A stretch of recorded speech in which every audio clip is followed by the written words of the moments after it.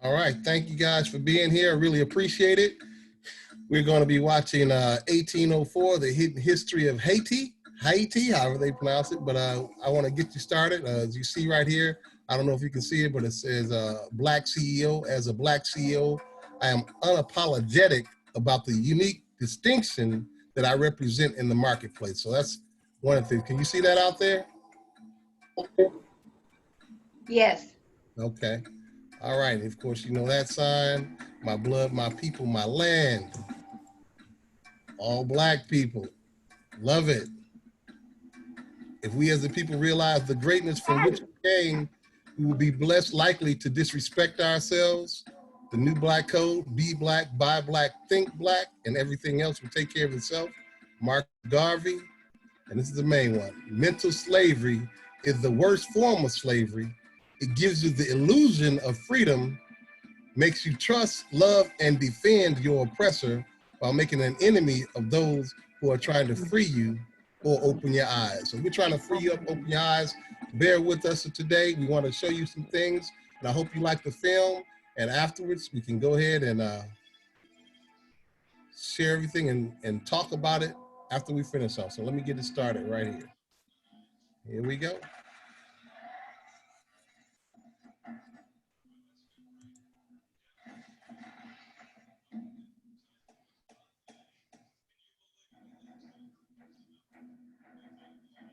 There's nothing that happens after the Haitian Revolution in our fight for freedom across the Caribbean and North and South America that wasn't influenced by the Haitian Revolution. The African people on the island fought all the largest armies of the world at the time and won over a lot of them. Both the Spaniards beat up the French, knocked down the British. The Haitians have a pride about them. A revolution is the most important thing to them. The first thing they instill in you is that you are the first Black republic. 1804 becomes important because it's the date at which the implementation of the dream of real revolution and real equality and new nation status and the ability to defend your new nation is manifest. When you look at modern historians, when they talk about victories that Europeans had over non-white people, they always frame the narrative as victories. But when African people rise up and fight off their European oppressors, they frame the narrative as a massacre. Africans everywhere that were enslaved resisted. Haiti becomes significant because it was the first time in human history that an enslaved population actually overthrew their oppressors. The Haitian Revolution, though, was the most organized scale, the most impressive in terms of structure and complication from the very beginning. Haiti made more money for France than all 13 colonies. The Haitian Revolution was very influential, particularly amongst Africans. It was seen as an inspiration for Africans in this hemisphere, just as it was seen as a horror by those who held slavery here. There is a concept that we must defeat Haiti. We must ground them into the ground. We can never let them rise. They are an example of Black power. They are an example of what happens when people who are oppressed decide to stop being oppressed.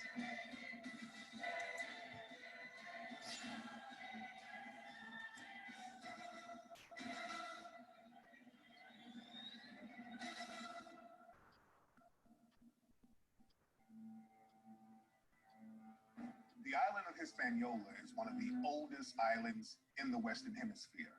The island is very strategic because it has a lot of natural resources, it has a lot of precious metals, and a lot of the European powers were scrambling to get control of that area. Haiti is the first place that Christopher Columbus did a fort, did a settlement. It was the first settlement in the Americas. Christopher Columbus on the west coast of Africa in 1482. He's involved with Africans on the west coast. That is how he came to America in the first place. It was they who told him there was land to the west. In fact, in his journals, he says that he met Africans going back to Africa when he was on his way to America. Folks are doing these days shows that there were Africans on that island when Columbus got there. At least 3 different types. There were the Caracoles up in the north, Guanini, and there's another one. But you can find that in the book called The Annals of Haiti. The Spanish declared this was for them. But the French says, what do you mean this is for you? And the British said, well, how could you have it all? So right from the beginning, we had colonial wars among them on the island. When you're dealing with the Spaniards, you're looking at the introduction of Africans in 1503. When you're looking at the introduction of Africans from the French, you're looking at 1670. So you're looking at a wide gap between the Spaniards and the French bringing Africans onto this island. Well, what happened on that island was that was deeply steeped in what is probably the most important liberating force that any human can have, and that is in spirituality. 1675, the Treaty of Ryswick, the church established that the island would be split in two. One side would be for the Spaniards, and the other side would be for the French. So at that point, what the Spaniards had named the island, I told you, was already Haiti. That's the original name of the island. Now, the Spaniards named the island Hispaniola. And when they agreed to share it with French, the French called their side Saint-Domingue, and the Spaniards kept Hispaniola for theirs, but called the capital city Santo Domingo, which is still Saint-Domingue. When the Spanish got here in 1492, and you know, they are on the island from 1492 to 1625, the Spanish is looking for gold. They're looking for wealth, and this is the first thing they started doing. They find some gold. Haiti's still producing gold today. And so gold was the big prize that everybody's looking for. But once they get into sugarcane was sweet gold. I mean, sugarcane was it. During the period where they were commencing this genocide against the indigenous population, a priest called Bartholomew de las Casas came up with this idea that it was ungodly to do what they were doing to the indigenous people of Hispaniola and then killing them off. It was terrible, which it was, incredibly brutal. So they needed someone else to do it. And this was where he came up with the idea of getting people from elsewhere. This revolution was going on from the moment Africans touched the shores. That's very important to understand, because what also happened is that when Africans were brought to this island, many of the warriors from the Congo, from Yoruba, or what we call Nigeria, or from Ghana, when they were brought in the Ashanti, they immediately escaped and created maroon towns. These maroon towns would later become the actual hubs of the revolutions, because many of them never really experienced being enslaved.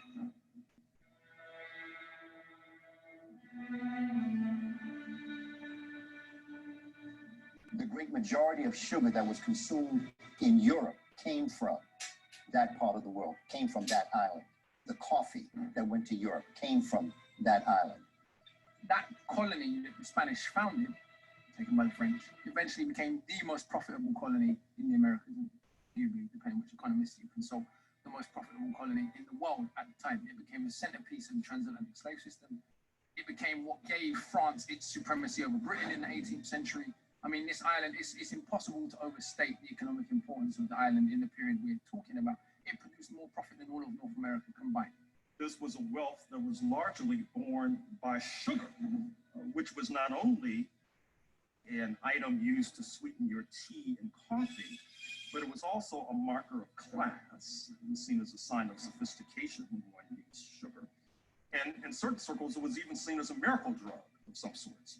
And that helped to generate tremendous amounts of wealth on the island of Hispaniola, which is one of the reasons why the French, ultimately backed by the United States, fought so fiercely to retain that island. I mean, the life expectancy in Jamaica or Haiti, for example, was often between 3 and 7 years. So once you arrived on the island, you were worked to death on average between 3 and 7 years in this genocide. And so that was what contributed the type of torture. Because the white population was so much smaller than, say, on mainland America, vis-a-vis the black population, the paranoia was worse. And therefore the types of punishment, the types of torture, the extremity of the slave regime was much more severe in the Caribbean. Taking pregnant women, crucify them, split their belly open, enough, so they will have a game. People are gonna bet who's gonna die first, the baby or the mother. The reason why there was more rebellions in Jamaica and in the Caribbean in general is a number of factors. One, conditions were much worse. And I don't say that in any way to denigrate or downplay how brutal conditions were in America. But we can see this from the fact that slavery was so bad in the Caribbean that the populations were not even able to reproduce themselves. So constantly new populations had to be brought from Africa. And one of the things they used to do is bury us alive on an anthill, leaving your head so that you would slowly get tortured to death by ants eating your skull. First of all, let's be clear, the rebellions against slavery started in Africa. And the rebellions against slavery in Africa are probably the most under-discussed and underrepresented element of the whole history. Everyone tells you that Africans collaborated, which is true. What they don't tell you about is those Africans that rebelled. And in fact, scholars estimate now, it has been studied thoroughly, that the rebellions in Africa alone, of which there were hundreds, prevented perhaps 1 million people from crossing the Atlantic. And one of the ways the planters kept control of Haiti was either to rape or have a child with a Black woman, and then send that child to Europe to be educated, and then bring them back, and they became the overseers. But all Africans that were enslaved understood that their natural state of being human was to be free in Africa. Those two things always went together. In the Caribbean, because there was a concentration of sugar plantations, which was the most brutal form of slavery, worse than cotton or indigo or coffee or tobacco, it was the most labor intensive. And also the number of Africans versus the number of Europeans was much higher in the Caribbean. And then you have, of course, terrain. So island like Jamaica, island like Haiti, very mountainous, lend themselves to guerrilla warfare. Then you have strange political coincidences. So like during the years preceding the Haitian Revolution, there was a civil war in Africa, in the Congo. So a lot of the Africans, Congolese, that ended up being Maroons in Haiti were African war veterans. They were militarily trained personnel back in Africa.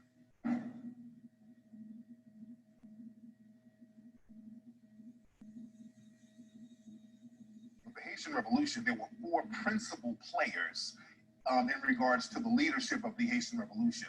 The first one was Makandal.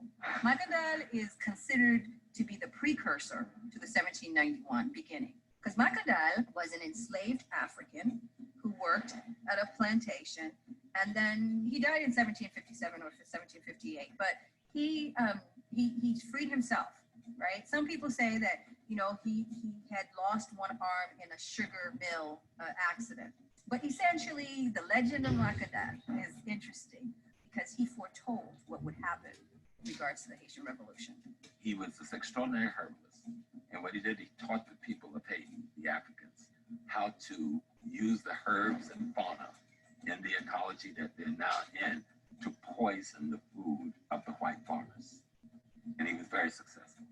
And so Makandal went, took to the hills, and he would teach the kitchen people how to poison their masters. They had nature on their side, and that's very important. They used nature as one of their greatest weapons. They knew the terrain, they understood the terrain, they understood botany, they understood toxicology, they understood poisons, they understood, and that's what Voodoo is. Voodoo is a science. Voodoo is not just a spiritual system. The Bafioti means the Black collaborators. They had to get them out of their face first.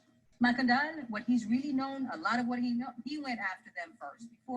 Before he poisoned the European, he poisoned the Black collaborators. But they were all in the house Negroes. Come on. And one thing about Makandal, he realized this. He understood that the Black collaborators, we call them coons today, how they will sabotage Black progress in order to get individual trinkets. So Makandal, he saw that early on.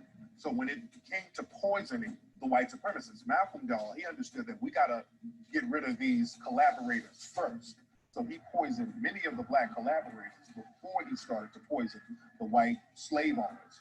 If you look at the statutes, the laws of a place like Georgia in the 1750s, contemporaneous with that revolt on Hispaniola, you'll find laws that are specifically seeking to restrain Africans from getting knowledge of plants because it was feared that they had in mind a plot or conspiracy similar to what unfolded in what is now Haiti in the 1750s. See, African people used strategies that they knew would work. Makandal, another great revolutionary, he poisoned the French. And the women were the ones who poisoned them when they would prepare foods. He killed over 6,000 European Frenchmen. When the enslaved Africans were finished with their work, he went down to talk to them. Like he would always go down and talk to them. And at one night, he took out 3 handkerchiefs, a yellow handkerchief, a white handkerchief, and a black handkerchief. And he said to the audience, in terms of storytelling, because that's how we give information through stories. So he took out the first handkerchief and he said to the enslaved Africans, first handkerchief was yellow. He says, these are the people that owned this island before Columbus came. And they were totally annihilated. Then he took out the white. He says, you know, the white handkerchief, these are the folks that, you know, annihilated the Taínos. And then he took out the black handkerchief. And this is the prophecy. He says, we Africans are going to avenge the Taíno folks, and we're going to get these white folks out of Haiti. So Makandal used his science, and I think he was a kind of pharmacologist in modern terms, but he used his science of understanding the natural world to begin to talk about how do we take that knowledge and free ourselves. And Makandal, he's sort of the spark of the Haitian Revolution. When you look at many of the people coming up out of this system, for instance, Makandal was a preacher. And Makandal was a preacher who told his people and the people around him that he had visions. There's such a connection between Makandal and Nat Turner as it relates to the work that they were doing. Makandal understood the problem with the collaborators. And unfortunately, it was a Black collaborator who turned Makandal in, who turned on him. And the French captured Makandal and they were going to burn him alive. When Makandal was about to die, he made a very strange prediction. Makandal said, I'm coming back as a mosquito. Now, a lot of people didn't know what that meant. Years later, when the French came to invade the island, there was a certain number of French troops, thousands of them, who were killed by malaria brought on by mosquitoes. Now, the malaria skipped over the Africans because they were immune to the malaria. But the Makandal prediction definitely came true. That just showed how spiritually in touch they were.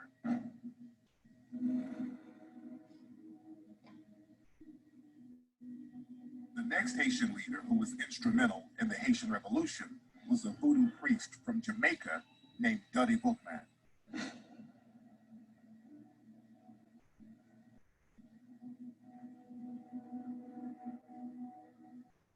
So Bookman appears to be one of these persons who's leading resistance in Jamaica. The British, not wanting to martyr him, sells him to the French in Haiti because the French is known for breaking Black folks.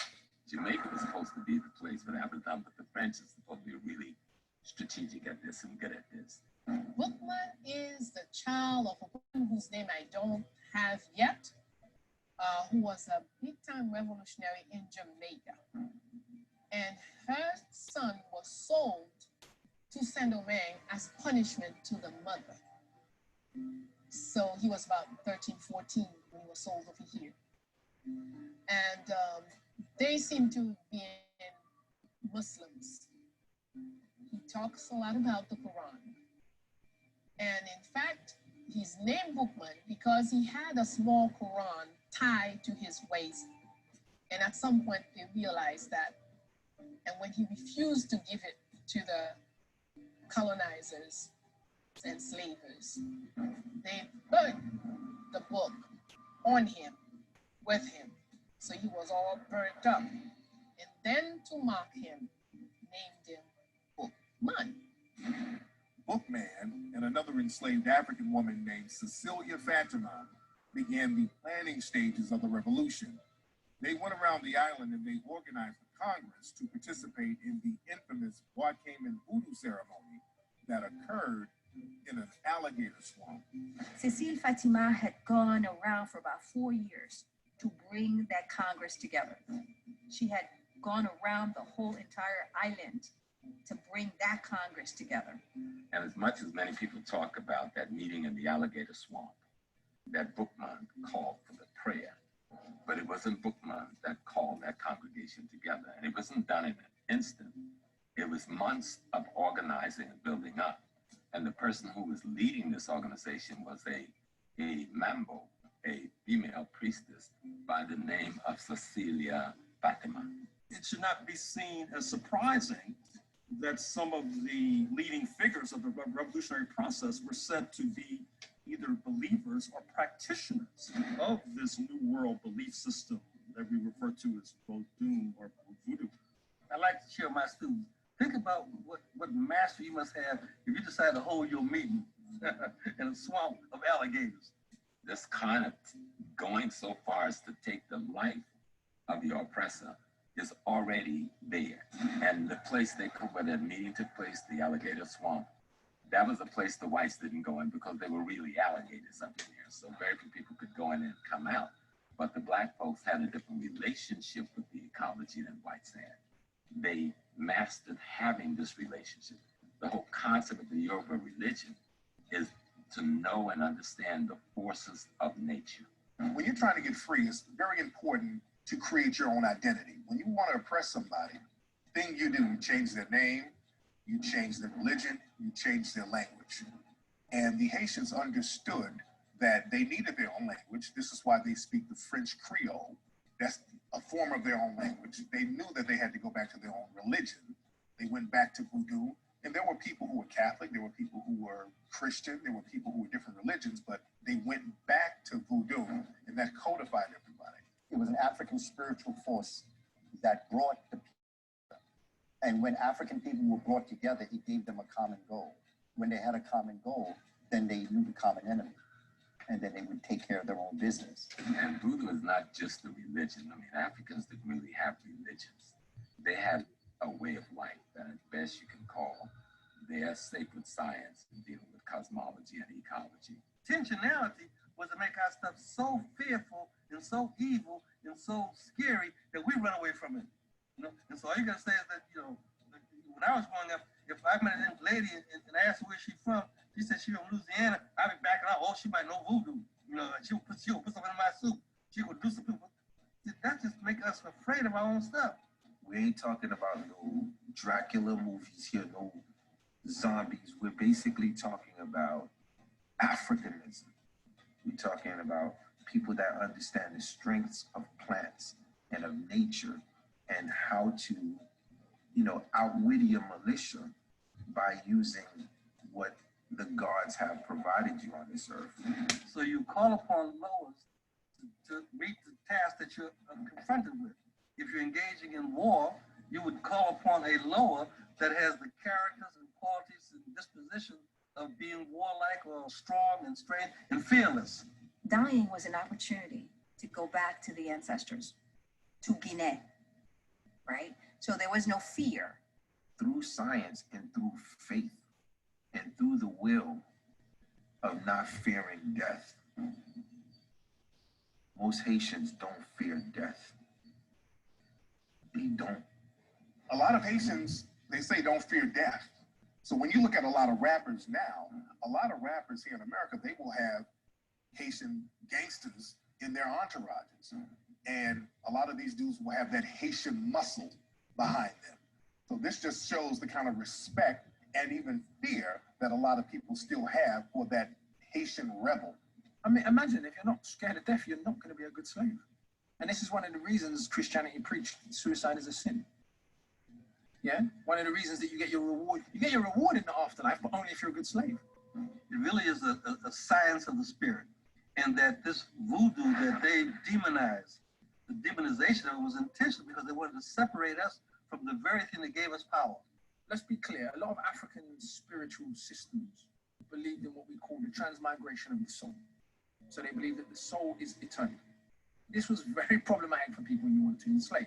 Again, coming back to before we even get to Haiti, in Africa itself, there are copious records from Europeans writing about slavery. Africans jumping in the sea. I'd rather dead than be a slave. Consistent. And particular groups, so the Igbo of Nigeria, who are a group that very much believe in the transmigration of the soul, they were one of the groups that is recorded by Europeans were most likely to commit suicide because they believed they'd be reborn in Africa. They believed that their soul lived forever, so I'd rather die than this stuff. There is a cultural, spiritual unity that unites Africans and it gives them power. Even today, in the African American community, it is the church that is the most powerful. And when anybody wants to sway the people, they always bring pastors in because they understand the pastors have the ear of the congregation of the people in the community. We don't know shocking when you said rise the devil and talk about Jesus Christ. You know, they say they can have Jesus rising. We can have my mama rising. I had a heart attack some years ago, about 7 years ago, something called ventricular tachycardia. Heart beating too fast, it won't stop, it won't doing stuff, you know? And they couldn't figure out what was wrong with me. So finally they came one morning and said, Mr. Small, we're gonna bring in the electrician. So I said, no, y'all full of joke. He said, oh no, we're gonna bring in the electrician. Because they have doctors who are human electricians. And their job is to measure the electrical current that goes from your brain to your heart and to your other organs, and to look at the relationship to the electrical current in your body and how much is it being interfered with from things outside of your body. Does that sound like voodoo to you? So that's what voodoo is talking about. And while on one hand we deny it when we talk about voodoo, but here in our highest science, it is proven to be reality. So the Africans had absolutely no fear because they knew that this was a transformation, that it is how you live that matters, not how you die. The concept of zombies comes from voodoo. It's an African concept. And it's not about the living dead, it's about worshiping the ancestors, praising the ancestors. But the white supremacists, they flip that into something demonic where people are going to come out the ground and walk around and get you. And that's that boogeyman concept that they've created because of the Haitians rising up and getting revenge. And that's always been a scary thing for the white supremacists, African people rising up, getting revenge on them. That's the zombie mentality that they've created because that's their fear. When you look at the old zombie movies back in the 1920s and 30s and 40s, they would actually use Africans and Haitians as zombies. And out of their West Indian island comes a tale of terror and voodoo, of witchcraft and zombies, and all the weird black magic that the white man seldom sees. All of those old zombie movies had voodoo things, so they were very open about it then. You see, the thing about Dutty Boukman was he was so intelligent, he knew that he might not get it, because he did get captured, and he was executed. But the revolution continued with the people, and that's another lesson I learned about the Haitian Revolution. It wasn't so much the leaders, it was the people. The people never gave up the spirit. To this very day, they still have the spirit. Boukman is known for 3 or 4 things. Number 1 is the Boukman's prayer. You know, the God who created the earth, who created the sun that gives us light, the God that watches us from the clouds, the God that holds up the ocean. Our God has seen what the white man has done to us. Our God wants us to do good. The God of the white man wants him to do crimes. It's our God who will give us the strength and the courage to beat this white man.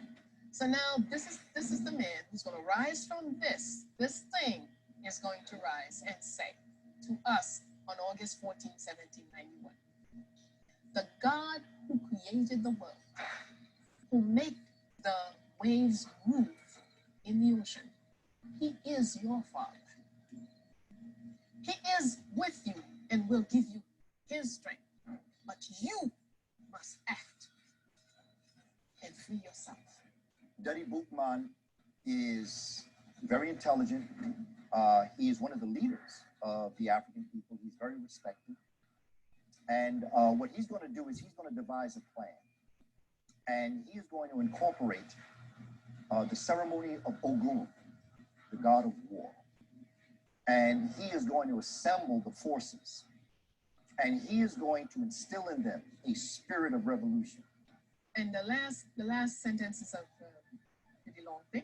And the last sentence, he says, listen to the voice of freedom. It speaks in each one of your hearts. When they ask him, but who will lead us in this battle? He says, the leader is inside you.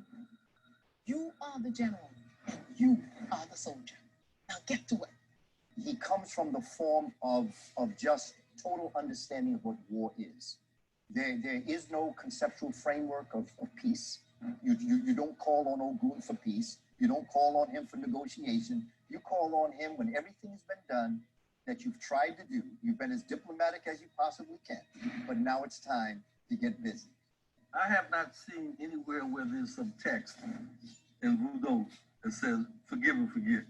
Black people and African people globally, we have this Jedi mind trick that's ran on us by the white supremacists where they can mistreat, subjugate, maldistribute the resources, harm, and oppress, and then tell us we should forgive them because this passage in the Bible says so. And that's a trick that African people have been falling for a long time. And the Haitian people, they didn't fall for that. They went to their old spiritual system. They went to African spiritual systems. They went to the voodoo. And in voodoo, there is no concept of forgiveness. And that's the thing that scared the white supremacists. And we got to stop falling for their mind tricks when they harm and oppress us and then tell us to forgive them. We got to start thinking in terms of our African spiritual systems and in terms of survival. So we meet in those different places in the forest. And one question has to be debated. What can we do so our children and our grandchildren do not have to suffer what we suffer here? And this is the night the decision was taken. There is no two ways. This man only understands force. So only with force can we talk back to him. And some people started saying, well, but we don't have boats, we don't have guns, we don't have this, we don't have that. And one of the answers that was given is God has never created a creature and not give you a way to fight. You sit on a stone, it is a tool while it's holding your body. When you are attacked, you have your weapon under your butt. Use it. When it comes to guerrilla warfare, and this is what the Haitian Revolution is a lesson in, you have to understand how guerrilla warfare works. When you're going up against a superpower, you can't go head up. You have to attack the flanks. You have to attack from the back. And you have to learn how to weaponize everything. So the Haitians, they learned how to weaponize nature, weaponize rocks, weaponize trees, weaponize animals. Understand that, because when they had the first voodoo ceremony, they had that in an alligator swamp. Now, they knew that the white supremacists weren't going to no alligator swamp, but they were just so in touch with nature, they knew they needed to weaponize everything. Once you get to the point where you're going to do this, what you're actually doing is you are bringing the God of war within you. And every one of us as human beings has the God of war in us. We many times try to keep it down. The War Council was August 14th. They decided the revolution would start a week from there. A lot of those Africans did not speak the same language. They all came from different spaces, and a lot of them didn't know how to count. When would the revolution? So each were given, now this is another, I do this also. Each were given 7 stones, everybody at Wakayima. And then they went back to their spaces, the plantation. Every morning, they were supposed to let one go. When there was no more stones in your hand, then Kupitat Bulikat burned it all down. Pat Robertson said that the devil was conjured up by the Haitians, and they had a devil worshiping ceremony, and the devil killed all the French and killed all the whites on the island, which is a lie, by the way. They did not kill all the white people on the island. That's another big propaganda lie that they like to promote. Something happened a long time ago in Haiti, and people might not want to talk about it. They were under the heel of the French. Napoleon III or whatever. And they got together and swore a pact to the devil. They said, we will serve you if you'll get us free from the French. True story. And so the devil said, okay, it's a deal. And they kicked the French out. The Haitians revolted and got themselves free. But ever since, they have been cursed by one thing after the other, desperately poor. Pat Robertson said that Satan came up, killed all the white people, and the Haitians have been cursed ever since. And that just shows how racially insecure do you have to be. You would rather give props to Satan. You would rather give credit to Satan than a group of African people who really put in the work and got rid of the French. The night originally chosen to start the Haitian Revolution. So we remember the Haitian Revolution August the 22nd, August the 23rd, right? The original plan was to start on the 24th. The reason the 24th was chosen was because on the 25th, the entire government was meeting the next day. So the ambition from the beginning was to kill the entire government and take over the island. The only reason the rebellion had to start earlier was because on the 21st, somebody struck early and slave masters captured someone, tortured someone, and were warned that there was a rebellion coming. So they decided to strike early. It's like asking the question, how did the Vietnamese defeat the reigning superpower in the United States of America?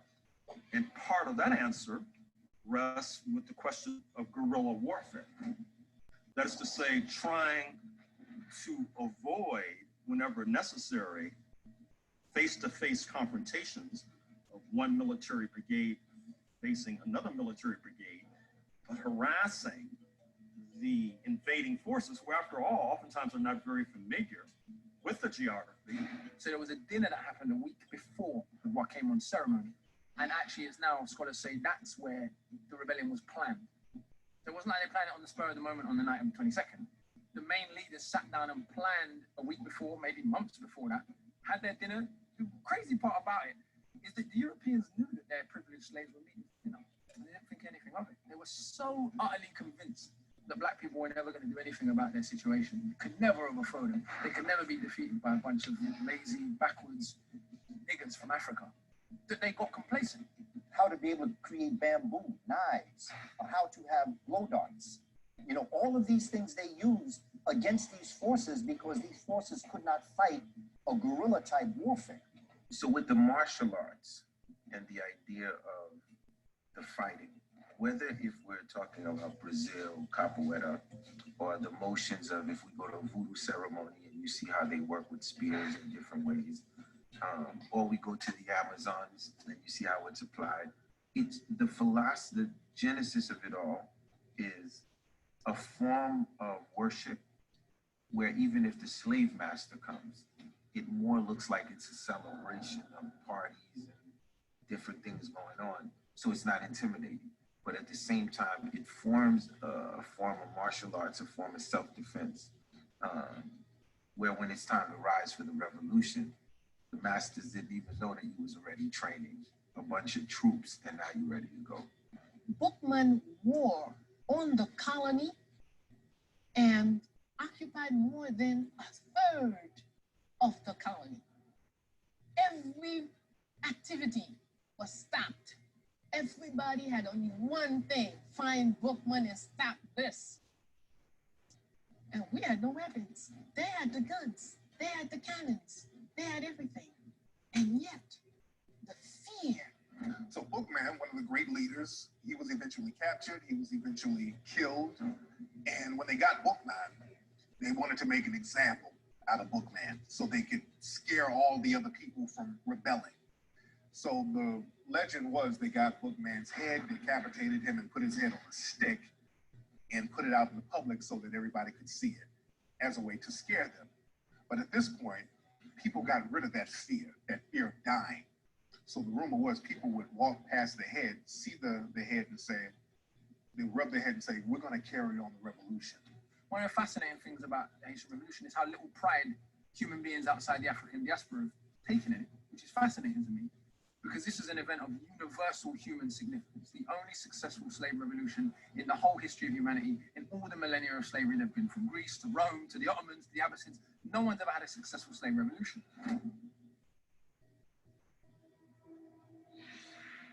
The next Haitian leader who would take the revolution to the next level was the great Toussaint Louverture.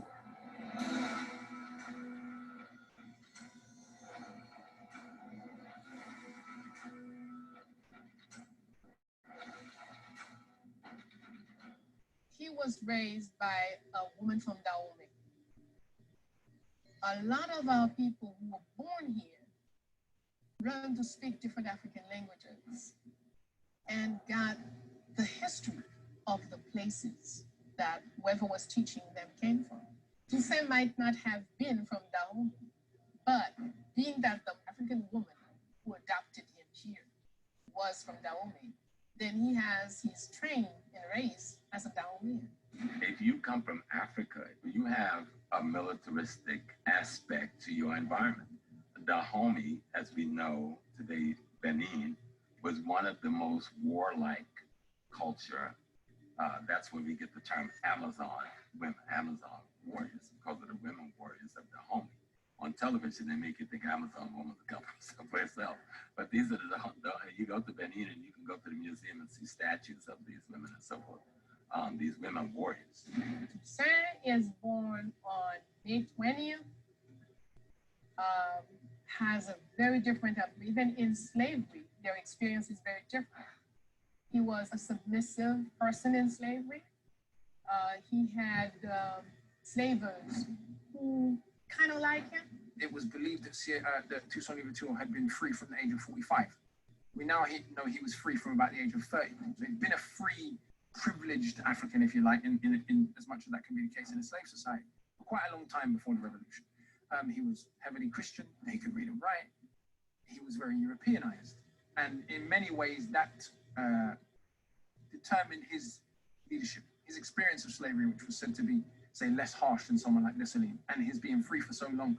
He constantly tried to placate or make peace with France. Toussaint was an enslaved African who became a free African at some point in the process. I don't know whether he bought his way out of freedom or was granted manumission, because all of the slave societies seem to have put in place some process of manumission for the enslaved persons. And so he became a member of the French military. And he was the first African to become a general in the French military. He became a great general. But what he's noted for is that before he even went into fighting, he made sure that his enslavers were off to America. Okay, because he didn't kill them. And he always really, really had an affinity for the French. He was operating in very difficult circumstances. I mean, it's not as if Black people in Haiti had natural allies in the hemisphere. They had antagonists in the hemisphere. With regard to Cuba, which was controlled by the Spanish, that was an antagonist. With regard to Jamaica, controlled by the British, that was an antagonist. Of course, the United States was not altogether friendly. And then, of course, there was the French. And so he was maneuvering, aligning with one power against another power. In 1802, Napoleon sent one of his generals, Charles Leclerc, over to Haiti so that he could try to bribe Toussaint into turning on some of the other Haitian leaders. Early on in May 1802, he is speaking to Toussaint. He sent for Toussaint. Toussaint came, and in the room there were 2 chairs, a table. On that table, 1 million francs. And he said to Toussaint, "This money is yours." And Toussaint said, "Well, what do I have to do for it?" He says, "Nothing. Just bring me Dessalines' head." Toussaint put both his arms on the money. And he says, "If it is Dessalines' head that you want, you may as well cut both my arms right now." He also develops a mindset that I'm respected as a French successful soldier. And so it was to his detriment that he thought that the military relationship that the French had for French soldiers would allow him to survive their imprisonment. And they don't apply that military standard to African people. Napoleon understood that Toussaint wanted to get that respect from the French. Toussaint really wanted that respect. Toussaint really wanted to be accepted by the French military. Toussaint wanted to be accepted by the French elite class. And Napoleon saw that, and Napoleon played on that. So then little by little, Toussaint became the top guy here, period. Militarily and politically. And that's when he's going to do a constitution. He's going to have a constitution written and ban slavery. Of course, that was what brought his demise too. At that point, when Napoleon received the constitution that Toussaint produced here, he is vexed to the last degree and decided that Toussaint must die. So Napoleon wrote letters to Toussaint inviting him to come over to France so they can negotiate, so they can talk. Napoleon stepped to Toussaint like, "We're the same. We're French generals. We're French military men. We're French." And Toussaint fell for that. And when Toussaint went over there, they captured him, put him in jail, and he died in jail. Now, Dessalines would not fall for that trick. He knew how brutal the white supremacists were.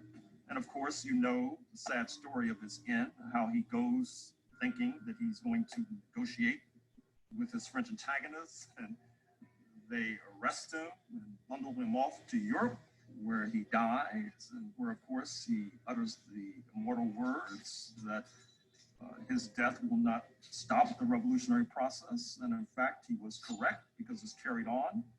In the course of fighting Leclerc, who was the brother-in-law of Napoleon, who had come down to head one of the armies, Toussaint get captured. I think it's 1803, 1802, 1803. And then he's taken to France, where he's really starved to death. They said he died of maybe tuberculosis. They starved him to death. And that's when Dessalines assumed the leadership of the army. At this point, the whites, who had now been given a kind of a republican freedom, wants the black folks to go back to the plantation, go back to your status quo. And Dessalines said that's not happening. So Napoleon is known for exclaiming that it wasn't so much the economic adventure. He said we have to stop the forward movement of blacks in the world. Because remember, when he got into Egypt, and Count Volney wrote his book, Ruins of Empires, telling the French and telling the world, the very same people that we are enslaving and at war with in Haiti and Martinique and St. Lucia and Tobago are the very descendants of the people who built the pyramids that we are copying all their work. Sent his brother-in-law Leclerc with the new expedition in February 1802 with a clear mission: capture the 10 black generals, send them to France. Once you do that, you can slaughter the entire population of blacks on the island. Don't worry, Africa still has plenty. We'll go back and get more. Jean-Jacques, at the end of the day, he didn't like the idea of like Toussaint going to France, you know what I mean? It was like, yo, I'm telling you, this is not gonna work out. But in the dungeon though, Toussaint always says something, and they teach us this at a young age. And these are not the exact words, but this is the meaning of it. It's basically, I'm in this dungeon. You can do whatever you want with me, but the seeds already have been planted. Rochambeau was a French military general, famous even by the standards of 18th century slavery for his incredible brutality. So when the French realized they cannot win back the island from these rebellious Africans, they decided to embark on a war of extermination. That was the official command: just exterminate them and we'll replace them with new Africans. So to that end, Rochambeau was tasked with that extermination. When we think about people being gassed as a form of genocide, the first thing we think about is Nazi Germany. But the first gassing did not happen in Nazi Germany. The first gassing happened in Haiti because the French knew that there was natural sulfur on the island of Haiti. So they got the sulfur. When you burn sulfur, it becomes poisonous. So during the fight, the French put thousands of Africans on ships off the shore, locked them in, and burned the sulfur, and the gases and the fumes killed thousands of people.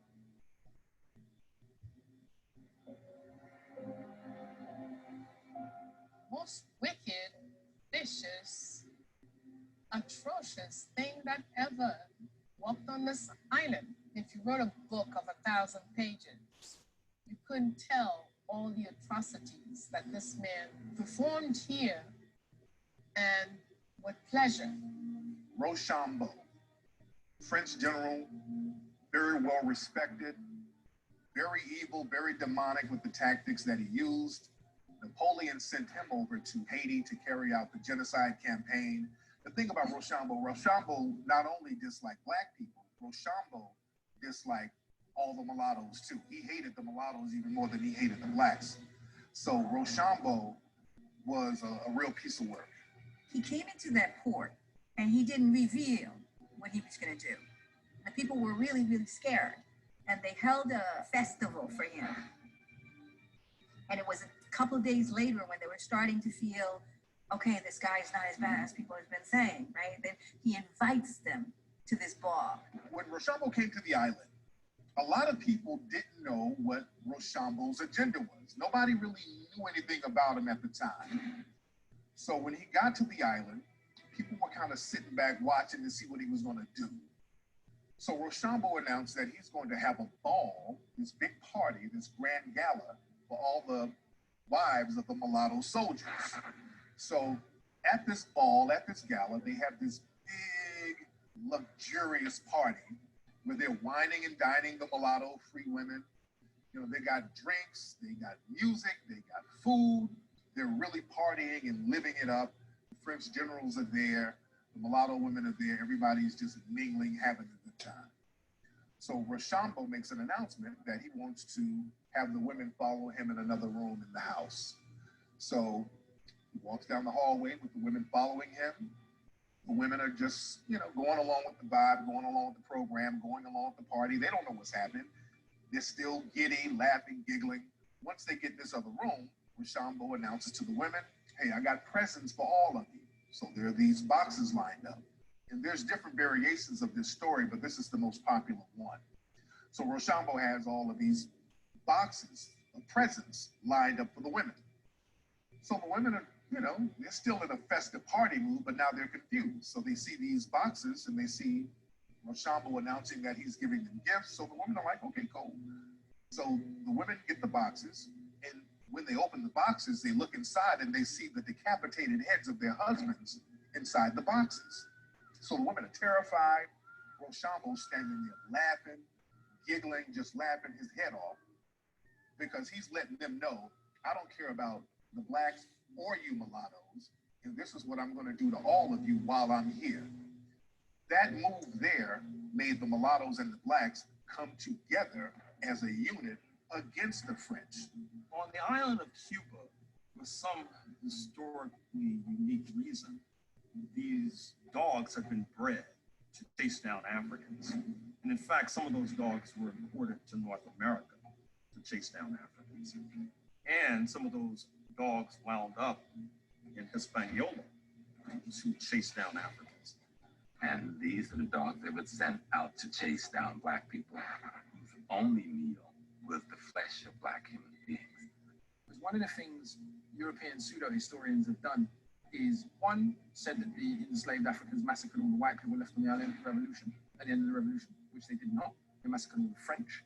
But the whites who fought with them, the Polish and the Germans, as it says expressly in the 1805 Constitution, were not only not killed, were now classified as black people. They killed all of the French left on the island. 4,000 or 5,000 people. But these are the same French who just embarked on a war of extermination against them. And remember, there were still French troops on the island. They were just on the other half of the island, what now is the Dominican Republic. It's not like France stopped posing a threat the moment they got their independence. In fact, not only were French troops in the other half of the island, they were agitated in the other half of the island. So this is the context in which that massacre takes place. That's basically what the Haitian Revolution was about. Africans dying bravely, whether it was getting boiled, whether it was drowning, gas, shot, beheaded, burnt at the stake. We had a culture where swording, fencing was a part of our culture. Lancing, using lances was a part of our culture. Going back even to South Africa with the Zulu nation. When Shaka took a long lance and created the short lance, he created both a spear and a sword. And so that's a part of African culture, going all the way back to ancient Egypt. A lot of them had military training in African traditions, people freshly arrived from Africa. And then they had the military training of fighting for their different colonial master against another colonial master. But a lot of the tactics they used were what today we call guerrilla warfare. They didn't fight in the way, they knew they couldn't defeat a European army of 20,000 people, 80,000 people. They've got much less sophisticated arms, they've got way more arms, etc. In a face-to-face European-style empire versus empire battle. So they use guerrilla warfare, they use raiding techniques. Primarily, what you have is the people who know their ecology. If you've been to Haiti, Haiti has a terrain of hills and mountains and plateaus. And if you are the African, you live in that every day. You plant there, you till the ground's there, you hunt there.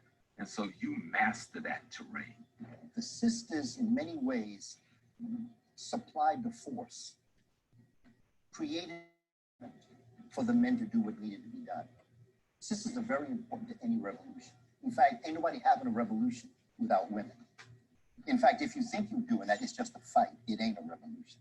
Sunny Belair, for instance, when they caught her, her husband was General Charles Belair, right?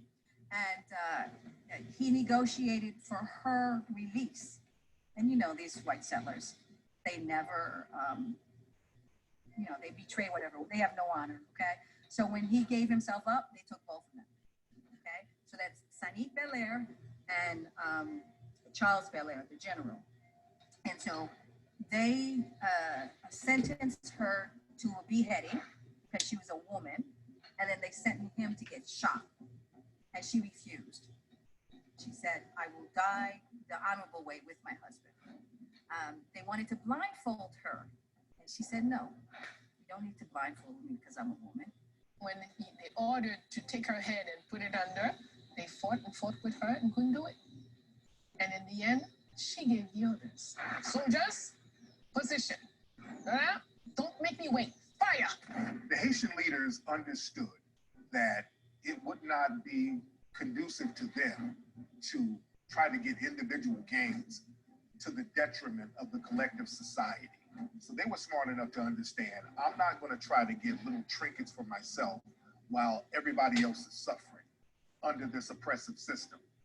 Enough of them understood that, because in any society you're going to have collaborators, but enough of them understood that we cannot collaborate with these white supremacists because it's not going to be beneficial to us collectively. In the Haitian Revolution, the Africans are given a bad rep. These are people who were enslaved. As far as I'm concerned, if you want to own me and buy and sell my children, I'm well within my rights to do absolutely anything to get free from you. And I think all of us looking back 2 centuries hence can see that. If someone tried to sell your children, what would you do? You do anything you could do to stop them selling your children. And any self-respecting human would. Why should it be any different 2 centuries ago?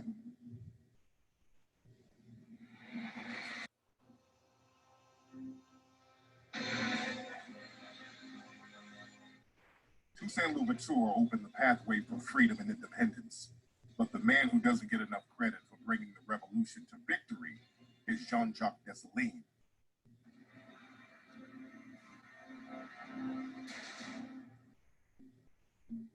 Two different characters, 2 different people who handle things differently. 2 different spirits, I would say also. Because if we take it in our own worldview, in the Voodoo worldview, when you analyze Toussaint, Toussaint is a legba. Legba is the spirit that comes to open the way and trace the road. When you analyze Dessalines, Dessalines is an Ogu. That's the one who comes to make things happen by any means necessary.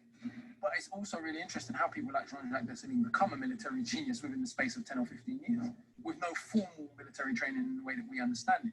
And that's one of the inexplicable things. But again, it comes down to human intelligence and the human capacity for genius and desire to be free. Dessalines is definitely not Dahomey. I am certain of it.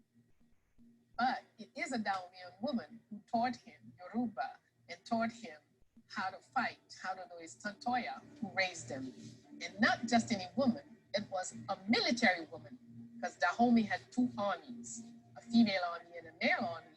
And this woman was an officer in the female army of Dahomey when she was captured and brought into slavery.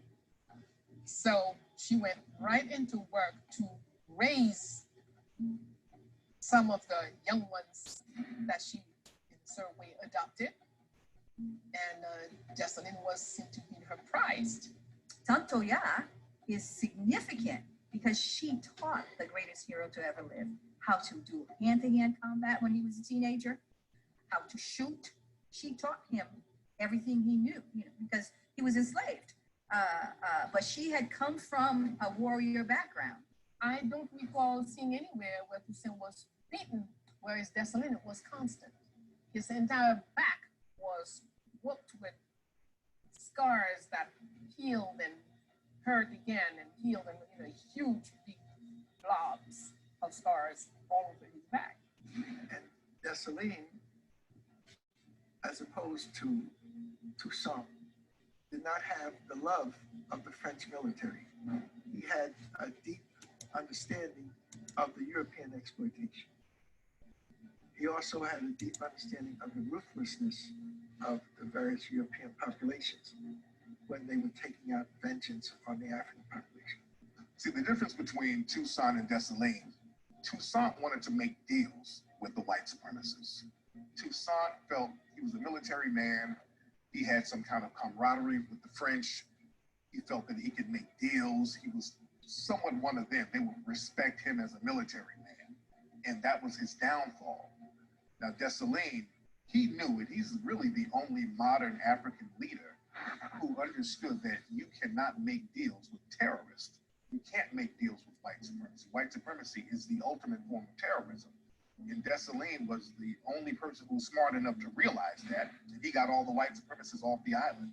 That's the story. So he was enslaved African. He was definitely beaten a lot. He ended up being bought by a free black man. So, you know, those assimilated Negroes could do some good things if they want. His name was Jean-Baptiste Dessalines, the free black man who bought him and gave him his freedom. But Dessalines never forgot what slavery was about. So what Dessalines did is, you buried alive 500 Africans, he hung 500 French. For everything that Rochambeau did, Dessalines did the same thing. Add up all of those different characteristics, the topography, the geography, the guerrilla warfare, the use of arson, etc., you begin to understand how and why the Africans on the island were able to prevail. At the end of the war, it was really bloody. And I think there was a point in time where Rochambeau had killed thousands and he matched them, like head for head. I mean, one of the raids I've learned about was a raid Dessalines undertook where they raided a French camp with just machetes. Now imagine you're a heavily armed French camp and a bunch of dudes walks into your camp with just machetes and chop you up. The level of bravery and arrogance almost that takes to go and face the French with just machetes. The other piece to remember is you have St. Lucia, Tobago, and Martinique. Those are other three islands that the French are reinstating the enslavement process. And what the Haitian people are doing and Dessalines are doing is he's watching that and he's saying, look, it won't be long. If they can get those surrounding islands back where they were years ago, then they're going to come over here next. So Dessalines, he said straight out, he said, we are going to take care of these cannibals. The British Army came here in 1801 with over 30,000 soldiers and saying that they didn't want to waste too much time to do a rapid operation. And in less than a couple of weeks, he was going to take over the island. Well, he didn't know there was a man here called Jean-Jacques Dessalines. Toussaint Louverture was there too, but the main man on the ground was Dessalines. And sure enough, they had to leave on the ground. As they run back to their boats, they had to leave 25,000 troops on the ground. And that's the largest loss of the British Army in the entire America. A lot of the Haitians came from places like Angola. When we think of Angola, we hear about capoeira. Capoeira is one of the fighting styles. Capoeira, people think that it's Brazilian. Capoeira is not Brazilian. As a matter of fact, the Portuguese banned capoeira from Brazil up until the 1930s because they didn't want those Africans using that, because the Africans were using that to free themselves in Brazil, beating the Portuguese. You had brothers like Zumbi, who was from Angola, and they were using the OG capoeira. The capoeira that we know now is watered down because it's based on an oral tradition, because they burned the books and the instruction manuals and got rid of those down in Brazil, because they knew that Africans getting a hold of that knowledge, that was very dangerous. So a lot of those African fighting skills, like capoeira, these are old African systems that we transfer to each other, and many of the Haitians, they tap back into those fighting skills. Stick fighting, capoeira, different types of African martial arts, and these were the skills they used to beat the French off them. The Haitians had a certain resilience about them, where they applied science a lot of times, and science is very strong, so there's powders that are created, and these powders are not gunpowders, but if you spit it in someone's face, there's ways to numb them. And this is all science. So our brothers and sisters in Haiti had an understanding of nature where they used nature. They knew how to use weather. They knew how to use the trees to cover themselves, to hide themselves.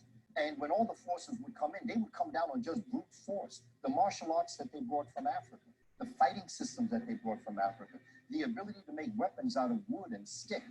Once again, you have this small island of Black people with the population probably not exceeding 500,000 at its highest point.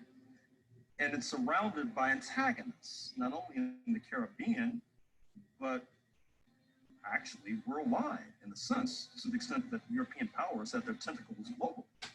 And so this was not a time for a revolutionary leader of Africans to be pussyfooting around, shall we say. Being a military is not just about weapons. It's much more. You have to be spiritually, you have to be a military. You have to know how to treat people. You have to learn how to heal, because you're going to hurt, you're going to kill. You must do to heal so it will balance your soul. So there are a lot of things involved in the training of Dessalines, but you have to be clear. And Dessalines was very clear that slavery was no child's play.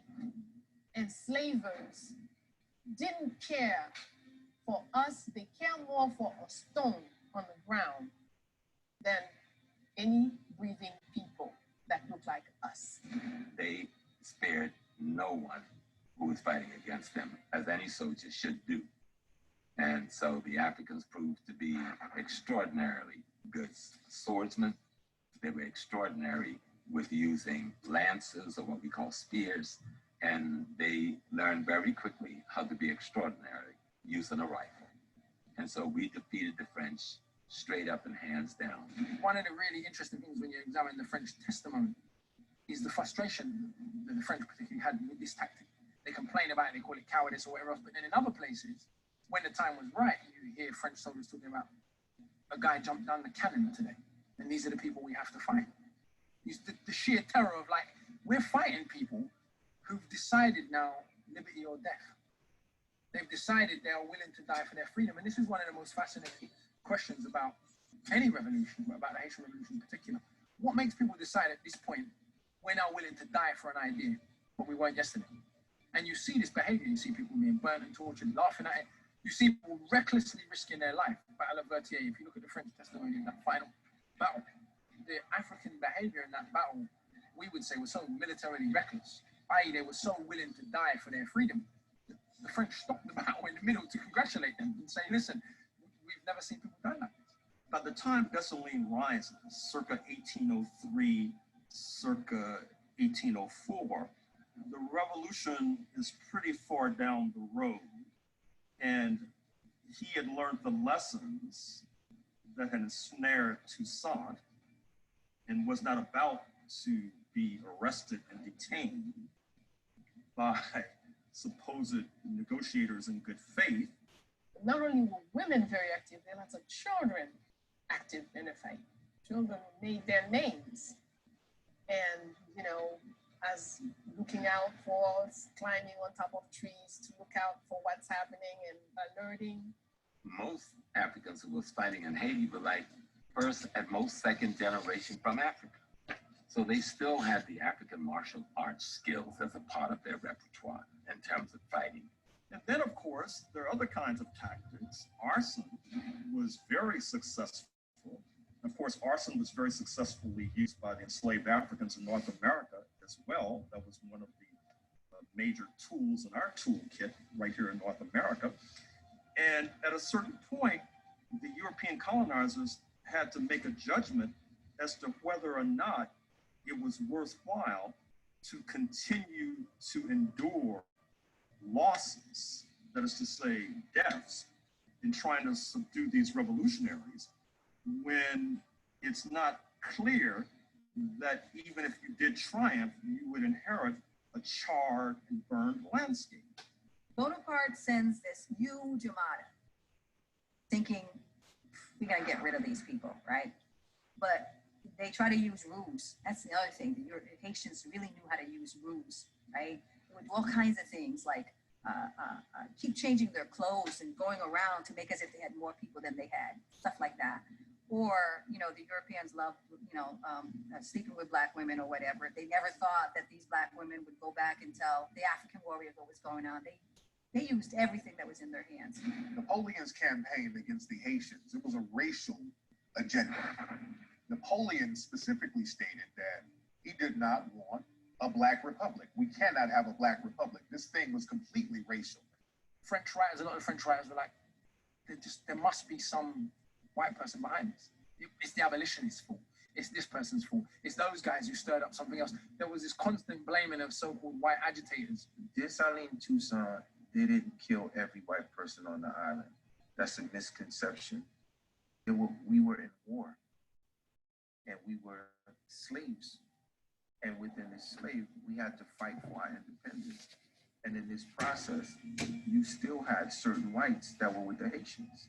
And so they create this model constitution, but they apply it to the circumstance of Haiti. So they say, no plantations can exist. No white folks can own land. But they realize that all white folks are not the same, and so they have a special compensation for Polish white folks who joined their revolution and helped them to defeat the French. At the end of the war, once the victory against France had happened, what Dessalines said to them, that because of the horrific genocide you've meted out against my people, you've got to go. You can't stay. He accepted their surrender. 7,000 of them surrendered and was pulled out of the country and went back home. The officers under Rochambeau and the others, who he got a ship for them, fully equipped the ship, and let them go home free. But his request was, all of you go home, okay? Can't stay here. The only people that can stay is the Italians and the Polish who fought with us and the Germans who did not lift any arms against us. After trying everything and couldn't get off the island. So then he had to come in front of Dessalines.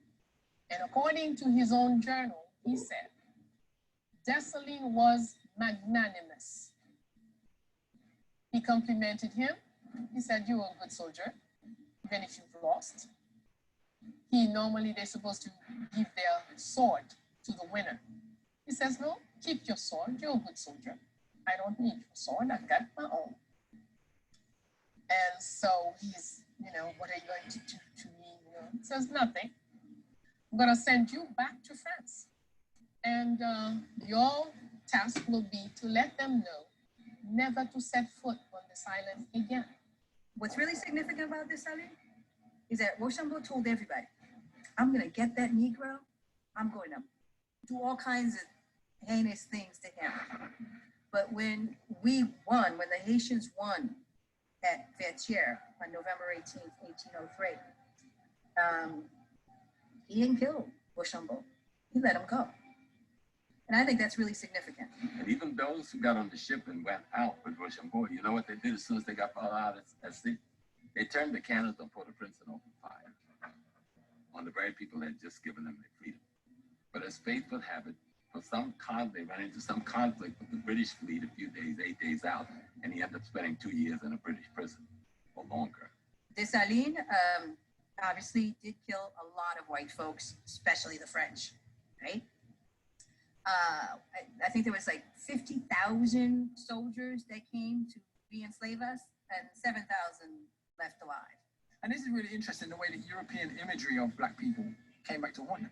These big black guys from Africa who've been laboring for you for decades and decades and decades, whose physical brute power and force you've depended on in terms of breeding them and all this.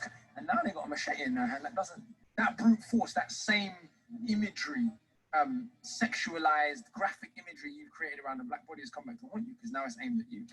Modern historians, when they talk about Napoleon, they talk about how thorough he was as a general. They talk about his great military mind, the strategies he used. They just ooze and gush and praise Napoleon for being the greatest general. And the thing about Napoleon was defeated by Dessalines. So if your greatest general was defeated by Dessalines, that means Dessalines is the greatest general.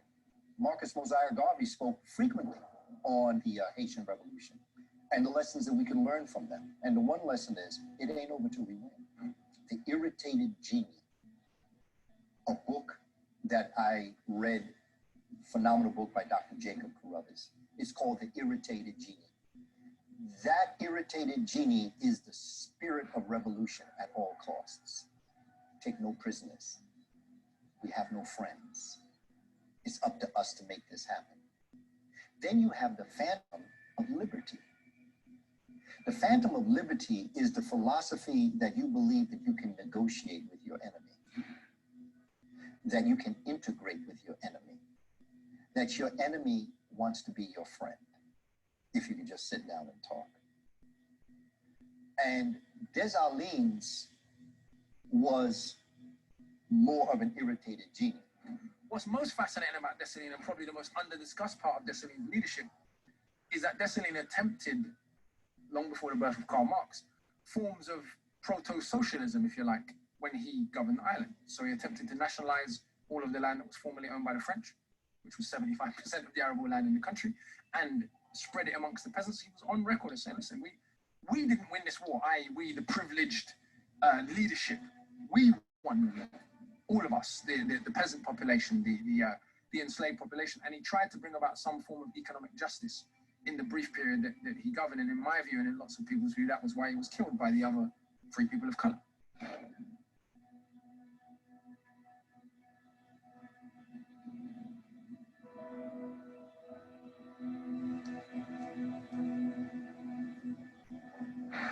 On January 1st, 1804, he declared Haiti independent.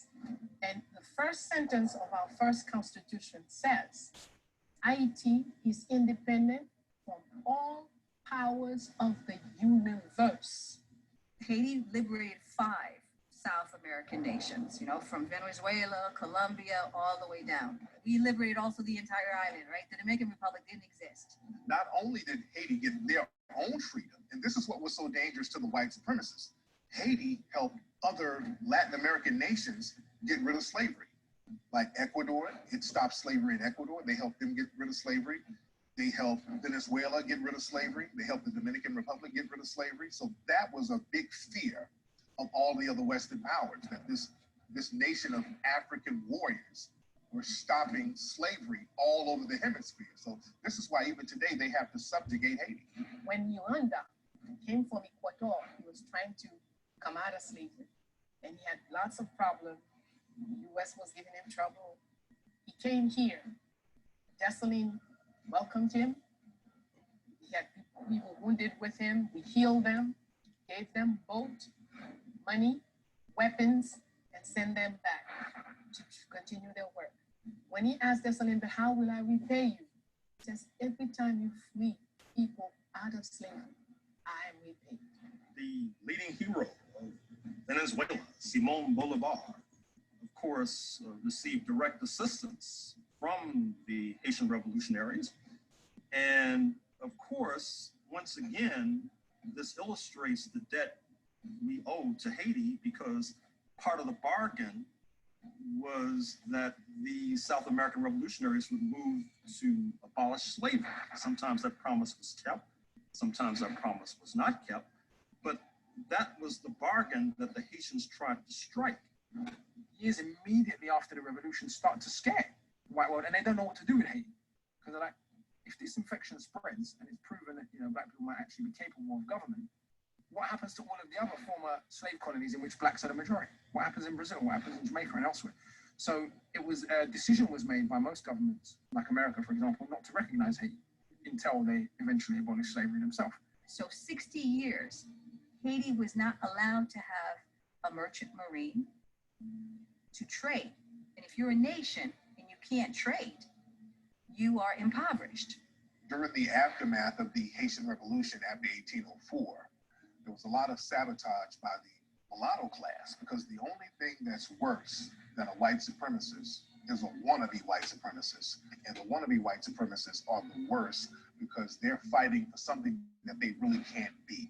So they'll sabotage anything for a fantasy. And that's what they did after the Haitian Revolution. It's obvious that the Catholic Church and the French conspired to kill Dessalines with probably the help of the Americans and the British. As Dessalines was assassinated, he went to meet someone, no one knew who this was. They cut his body up, I was told, into 13 or 14 pieces and scattered around the island. But that's where the women come in. Again, his wife, Felicite, Cecilia, and other women got together and gathered up all those pieces, put that body back together in the manner that had been done to Osiris in the myth in ancient Kemet, and they buried him. Napoleon was so powerful that he intended to take over the 13 states. He sent 2 units, one to the Louisiana Territory and one to Haiti. His intention was to attack the United States and take over. But because he had to use the units he had put into Louisiana to Haiti, when Haiti became independent, remember that trade had stopped because of the Haitian Revolution. Then Christophe took over the northern part of Haiti, while Pétion took over the southern part of Haiti. Pétion set up a sort of a republic. Christophe made himself king, or was elected king over the northern area. It is Christophe that built this extraordinary citadel, the largest such edifice in the Western Hemisphere. No one has done anything like this. But if you look at the citadel in Haiti, or Sanssouci, or any of the other military governmental fortifications built in the time, and you imagine this as a society run and governed by people who were slaves into the middle of their adult life. A citadel, a huge structure, the largest structure in the Americas, ready to house over 20,000 people. This is conceived by Dessalines and executed by Henry Christophe, who became king down the road. He built it in 11 years. No help from the World Bank, no FMI, no Friends of Haiti, nobody. Self-resources from A to Z. It's this big castle that's built on one of the highest mountains in Haiti, armed forces, cannons that are aimed at the ocean. And the idea of this was, we're not sure if the French is coming back. So we have to make sure that we know the waters, we know how they're coming, we know where they're gonna come from. Haiti was making her own money. We made our own under Christophe. We made our own gold and silver coins. Better yet, we did it so well. Colombia, Venezuela, several other countries in South America asked us to make their money for us. Yes, we were minting. You know, you had a major rebellion down in Louisiana in 1811. That was shortly after thousands of enslaved Haitians had been brought to Louisiana, because many of the white Frenchmen who didn't go back to France, over 10,000 of them fled to New Orleans. And they took with them the enslaved Africans that they had control over. And many of those slave Africans then led what was the biggest rebellion in the history of the United States. The white slave masters flee in Haiti, French ones. A lot of them go to French Louisiana, and they strengthen the slave regime in the South. They make slavery even more bedrock of Southern American culture. Remember, these are people who've seen what Black Revolution looks like in Haiti. It was brutal. How are you going to get free of slavery without brutality? So they make the South of America a more concentratedly racist place. Absolutely no one recognized Haiti's independence. That was number one. You know, everybody was talking about freedom, liberty, democracy. Everyone has the right to be happy. Oh, but not us. I don't think they expected that the revolution would have had that kind of massive victory. And once it happened, the fear was, if we recognize, this was Thomas Jefferson who was in office at the time, if we recognize Haiti as a free republic, then what are we going to do with all the enslaved Africans in North America? So we have to reject it and now go into an economic boycott of it, similar to what they did to Cuba in modern times. That's their stuff, right? They have this either or. Either I'm going to be it, I can be it if you're it. See, the African process, everybody can be it. But The European mindset is that I can only be it if you are not it. What happened to Haiti, though, was the tax that the French put on it, the reparation tax. So that's sort of like, so, okay, we'll give you independence, but now this is going to cost you, right? So we'll give it to you, but we'll pull your economic freedom from you.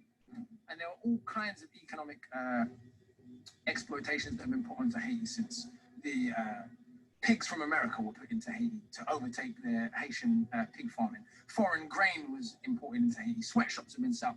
I mean, there are reams and reams of books for people who are bothered that can go out and read on why Haiti is in the condition that it's in today. And it's largely due partly to a local parasitic, greedy elite, but mostly due to foreign exploitation. Without that foreign exploitation, the elite would not be in the position to be able to do the things that they have been and currently are still doing in Haiti. So this also put a big fear in America's heart that Haiti had the ability right after that revolution to send troops to South America to help free those South American nations from Spain.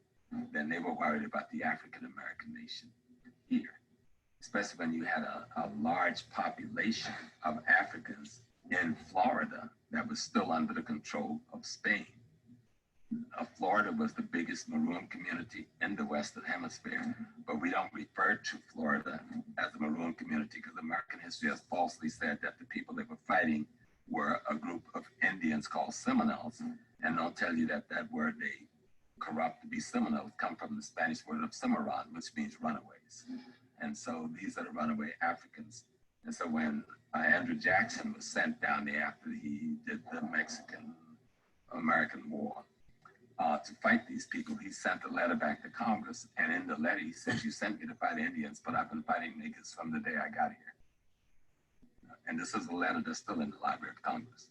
DuSable, this brother was the founder of Chicago, and he was a brother of Haitian descent.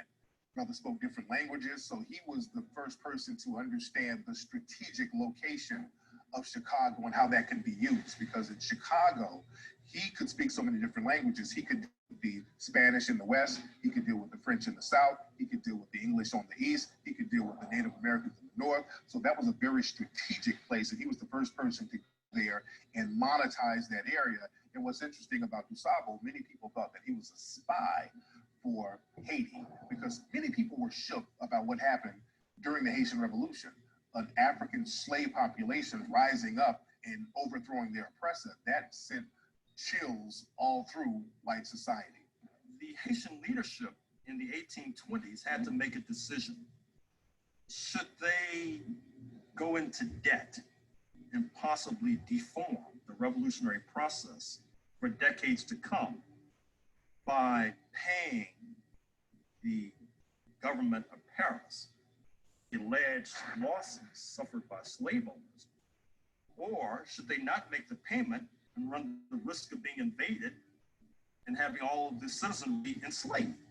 Those were the stark choices faced by the leadership, and they chose the former, that's to say, to make this payment. I think it's like 1825, Charles X sent the fleet to invade the islands and retake it. And the compromise was, you pay us 100 million francs, 150 million francs, which was reduced some years later to 93 million francs. And that's how that came about. And they said, you're paying us this for the land that you've taken from us, from the enslaved Africans who were working for us that you've taken from us, and the resources the land was producing for the French Republic. And so that's where that 150, which wasn't paid off until very recently, which kept the Haitian economy in a tither for the entire period of its history. So we are a country that is being continually raped at every level, every time.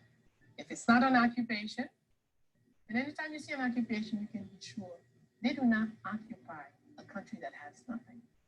I see a lot of similarities between Haiti and Detroit. Because Detroit was the land of some of the most phenomenal movements of Black people ever in the world. Marcus Garvey had a strong movement in Detroit. The Honorable Noble Drew Ali developed the strongest contingent and temple in Detroit. The Honorable Elijah Muhammad was a student of Marcus Garvey and Noble Drew Ali in Detroit. Malcolm X moved to Detroit to be close to Elijah Muhammad. And then, of course, you have the Motown sound. You have the voice of Black people worldwide.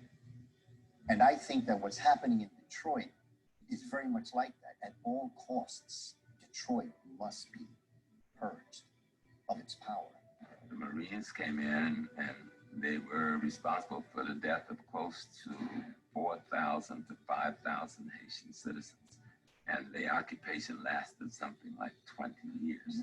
And when they came in, what they did was seize control of all of the finances, all of the banks, and all the wealth of Haiti. And the money, Haiti's monies from its bank and its wealth was brought to America and transferred down to banks in New York. That wealth had never been returned to Haiti. The first time the Citadel is attacked is during the U.S. occupation of Haiti in 1915. The U.S. Army stood up every day for 90 days and shoot at it while there's nobody. But even then, America was fully now vested and in control of the Haitian economy. And during that occupation of the American Marines, they rewrote the Haitian Constitution. Until then, part of Dessalines' Constitution was that no land could be sold or owned by any foreign persons. Land could only be owned by Haitians of blood. Even a Haitian who had left home could no longer own land. And so what America did was change the Constitution so that Americans could buy land, and they began to buy up or seize some of the best farmland and mining lands in Haiti, and that's still true to today. The mountains that Christopher Columbus didn't have the technology to take the gold out of, they've got the technology to do now, and they are taking that out. They say we have 20 billion in gold. And now Haiti is important because of its geographical location and its geology. There's oil and gas in abundance off of Haiti's shore. And so one of the reasons for the Clinton Foundations and these others to saturate Haiti is there's gold in them, their hills, and there is oil off of those shores and beaches. And so Haiti is now under a new form of exploitation, which we are calling globalism. The Clintons were put over, and their people who worked with and for their foundation, was put over managing the billions of dollars that came into Haiti for the rebuilding process. Well, they managed it back into their foundations and their bank accounts. The last 13 years in Haiti, the UN has been the cover for the Bushes and the Clintons to work together and extract the resources that we have. Haiti has $120 billion worth of oil. The International Red Cross claims that they have received from people around the world $6 billion for the quake situation in 2010. Haiti never saw. We did not see 6 billion, we did not see 5 billion, we did not see 4 billion, we did not see 3, 2, or 1 billion. Somebody got the money. The money is still controlled by the European. The education is still controlled. The institutional political structure is still controlled. And the spiritual structure is still controlled. That have Africans in the French-speaking areas today who are readily prepared to say, je suis français, I'm French. And so that cultural dynamic of assimilation into French culture has helped cripple Africans. Haiti is corrupted because 80% of a population, man, is living on less than $1 a day. It's corrupted because the lack of education. This is why this place is corrupted. If you go to almost any store downtown and you get buy yourself a new suit, look inside and see where it was made. That suit was made in Haiti. Probably for you're paying maybe $200, it was probably made for $25. The guy who made the suit may have made $1. Okay? And so, and part of that arrangement and contract that made, you can't unionize, you can't strike, and you can't ask for an increase in wage. Any of those can result in you losing your job or even going to jail. Different times in our history, you will find that Haiti is forward in everything. In creating the OAU, the Haitians were the #1 people in doing all the papers and working and when everything, the US was not in it. They refused to be part of it. And when we were a couple of weeks away from the grand opening, US stepped in with money, bought itself in, and demanded that Haiti be not part of it.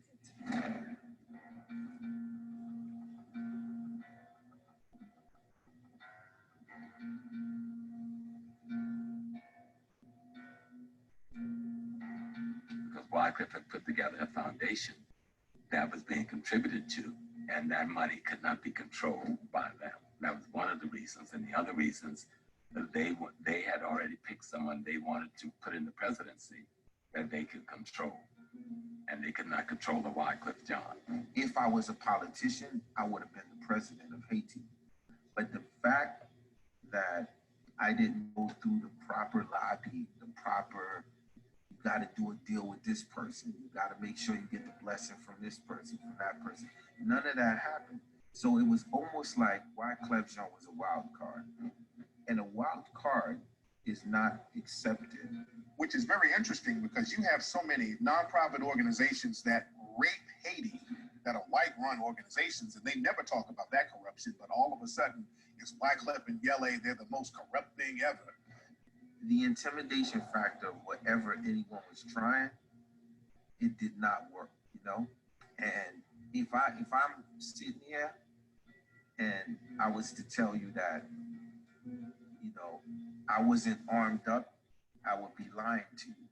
Because at the end of the day, I was in a position where I was ready to do whatever I had to do as a Haitian citizen to make sure that the power went to the right person that wasn't gonna oppress the people. There's a book called Confessions of an Economic Hitman, and the author talks about how the white supremacist Western powers will put Black leaders, puppet leaders, into certain positions to do the bidding of Western powers. And when these African leaders stop doing the bidding for Western powers, they're usually assassinated. This is a white guy who wrote this book. And our brother Wyclef, big music star, the media loved him. The minute Wyclef wanted to run for president of Haiti, he's a man of the people, not corrupt, doesn't need the money. I mean, he's a very successful artist already, but he wants to do something for his people because he's from those people. The minute he wanted to run for president of Haiti, all of a sudden the media turned on Wyclef. They started putting negative stories out about our brother. They started talking about his Yele Foundation, talking about corruption. Like Yele Haiti was a patsy and a distraction for a lot of what really went down in Haiti. While everyone was trying to make Yele Haiti look like there was this big organization, you know, with the big celebrity face, like, you know, because when you hear the Red Cross, there's no face that go with it. All you see is Red Cross. You know what I mean? Like, so when you hear Wyclef, yo, that's the Yele Haiti, that's the face. And the minute Wyclef got back into the music game and just focused on music, everything was good again. So the whole Wyclef slander thing was to show him, don't step out of your place. And I don't believe any of the negative stories that they said about Wyclef. It was all propaganda, and it was propaganda for a reason, and we have to stop believing the white supremacists when they're trying to give us negative information on people within our communities. Yele Haiti was a patsy for a bigger play, because now that you rarely hear anyone say anything about Yele. The minute Clef goes back and starts to play guitar, does his music, and hits the billboard again, it's almost like, okay, nigga, you back in your place. This is what you're supposed to be doing, nigga. Don't forget, you're supposed to be singing. You're supposed to be making people dance. And when it comes to this thing in politics, we're trying to be careful how you gonna move, right? But what don't kill you, right, it only make you stronger. Jamaica's right next to Haiti. There were a lot of rebel leaders from Jamaica, like Bookman. He was a rebel leader in Haiti who was from Jamaica. So that spirit of revolution has always been interchangeable between the Haitians and the Jamaicans. So Garvey was definitely influenced by the Haitian Revolution and Dessalines. When you look at pictures of Marcus Garvey, many people will suggest that he's dressed like Dessalines. And Marcus Garvey has influenced so many movements that are modern now. He influenced the Nation of Islam. He influenced the Moorish Science Temple. He influenced Malcolm X. Malcolm X's father was a Garveyite. Ho Chi Minh, the leader of Vietnam, was a Garveyite. He studied at the feet of Marcus Garvey when Ho Chi Minh was in Harlem. And this is why Vietnam was able to use that spirit of revolution to fight off the European powers and remain independent on their own. They got that spirit through Garvey, who got that spirit through Dessalines, who got that spirit through the Haitian Revolution.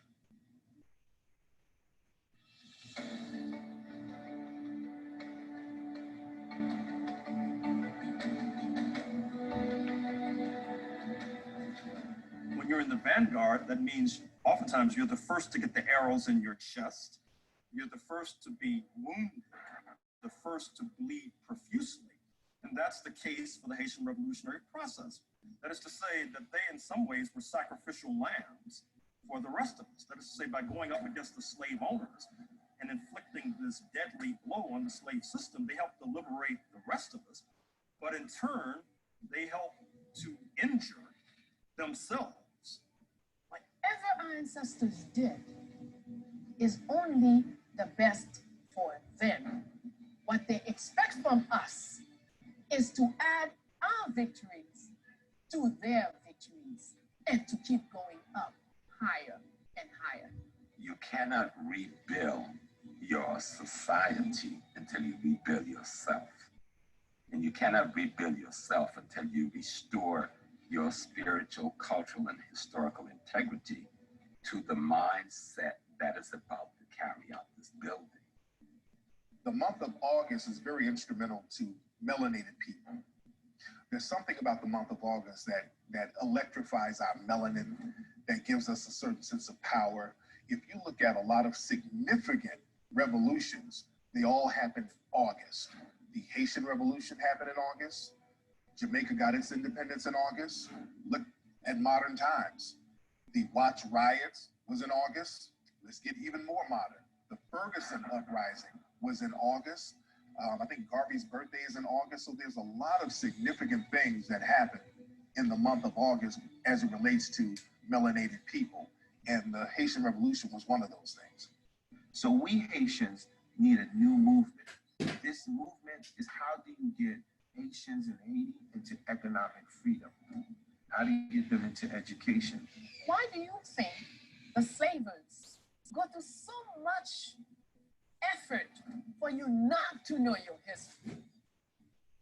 Evidently. Because that's where all your references are. That's what gives you the measure as to what you can do.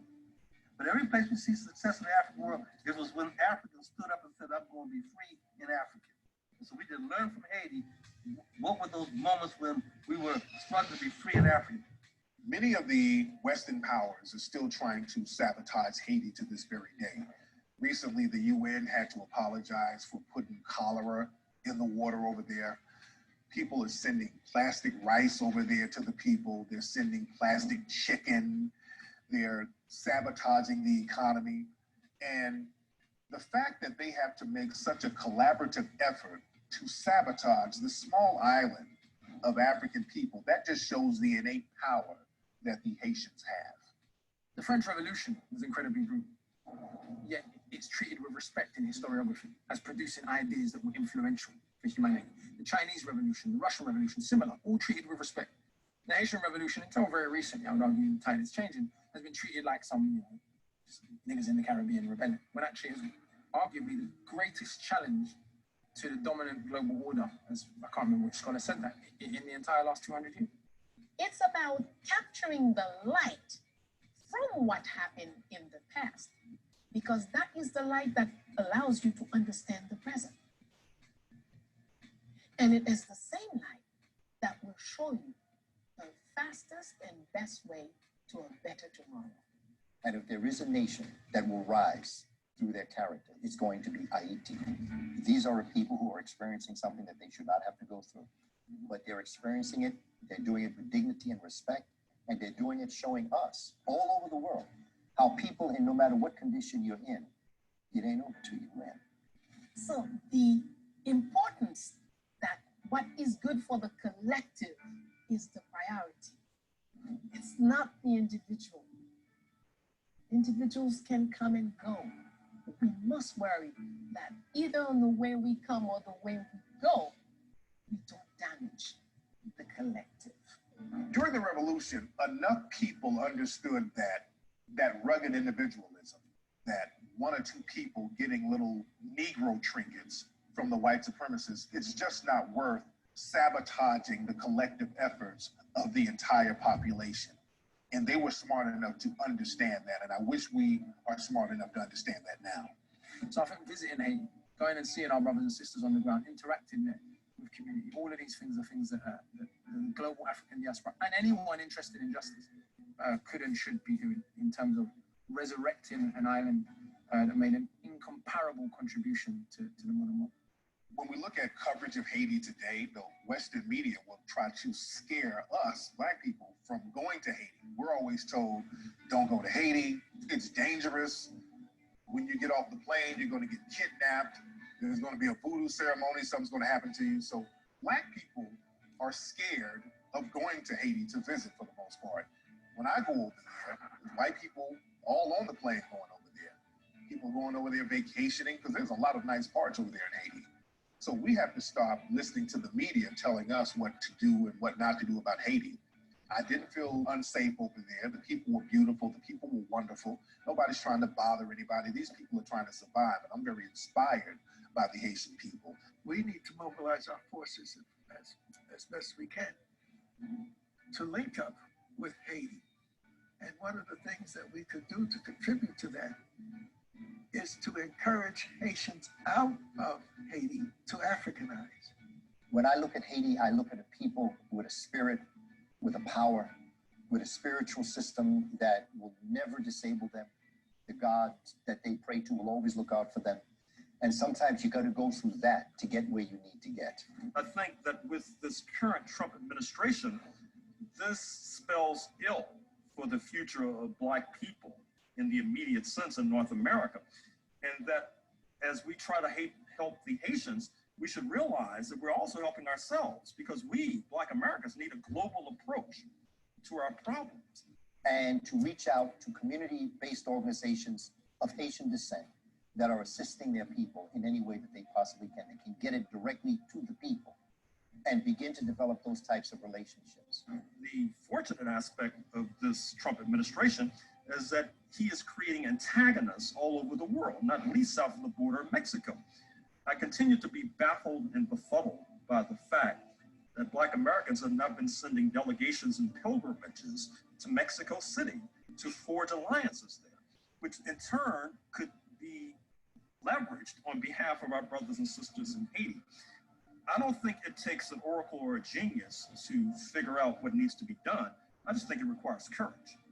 My experiences with people from Haiti or Haiti, whether they are here or whether they are in Haiti, is that there is a resilience. There's a great dignity and a great pride in them. And I remember I've spoken to them before, and their power, their internal power, the power from within, their ability to commune, that idea of staying together and sticking together and looking out for each other is very powerful. And I think that people, they're misunderstanding them if they don't think that Haiti can rise again.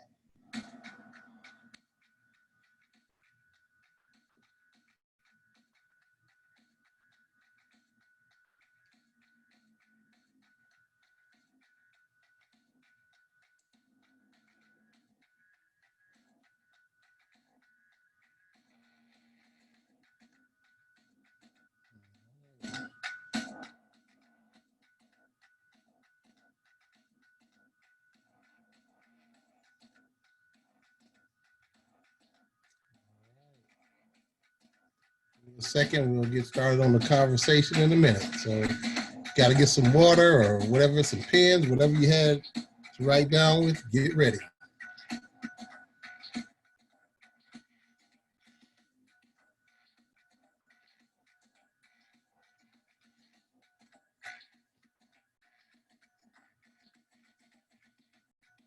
Enjoyed it. Hope you enjoyed it. Get ready.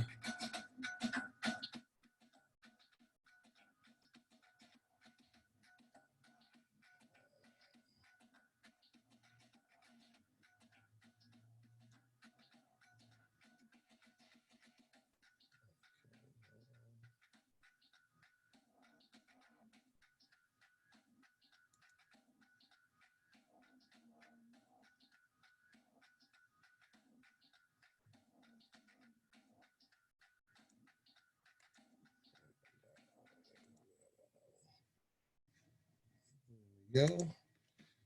All right, let me unmute everybody. Shucks, let me get this. Unmute. Okay, come on, man.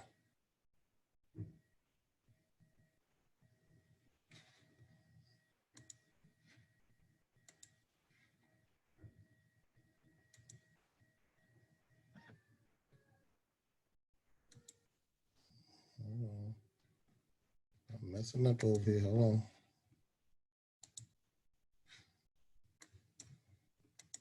There we go.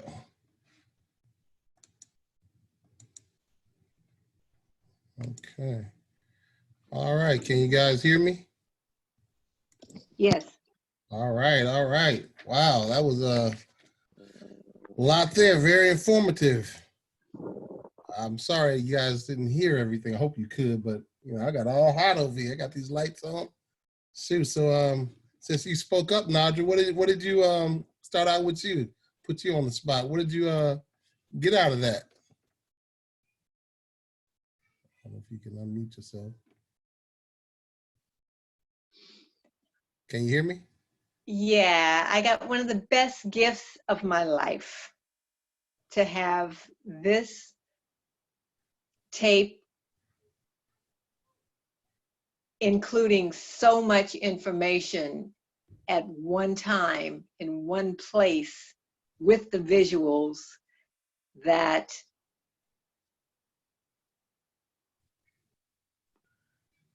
it's like a superfood, a super vitamin, and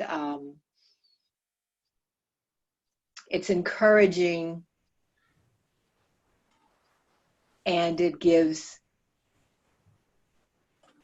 ways for us to rebuild ourselves as a people.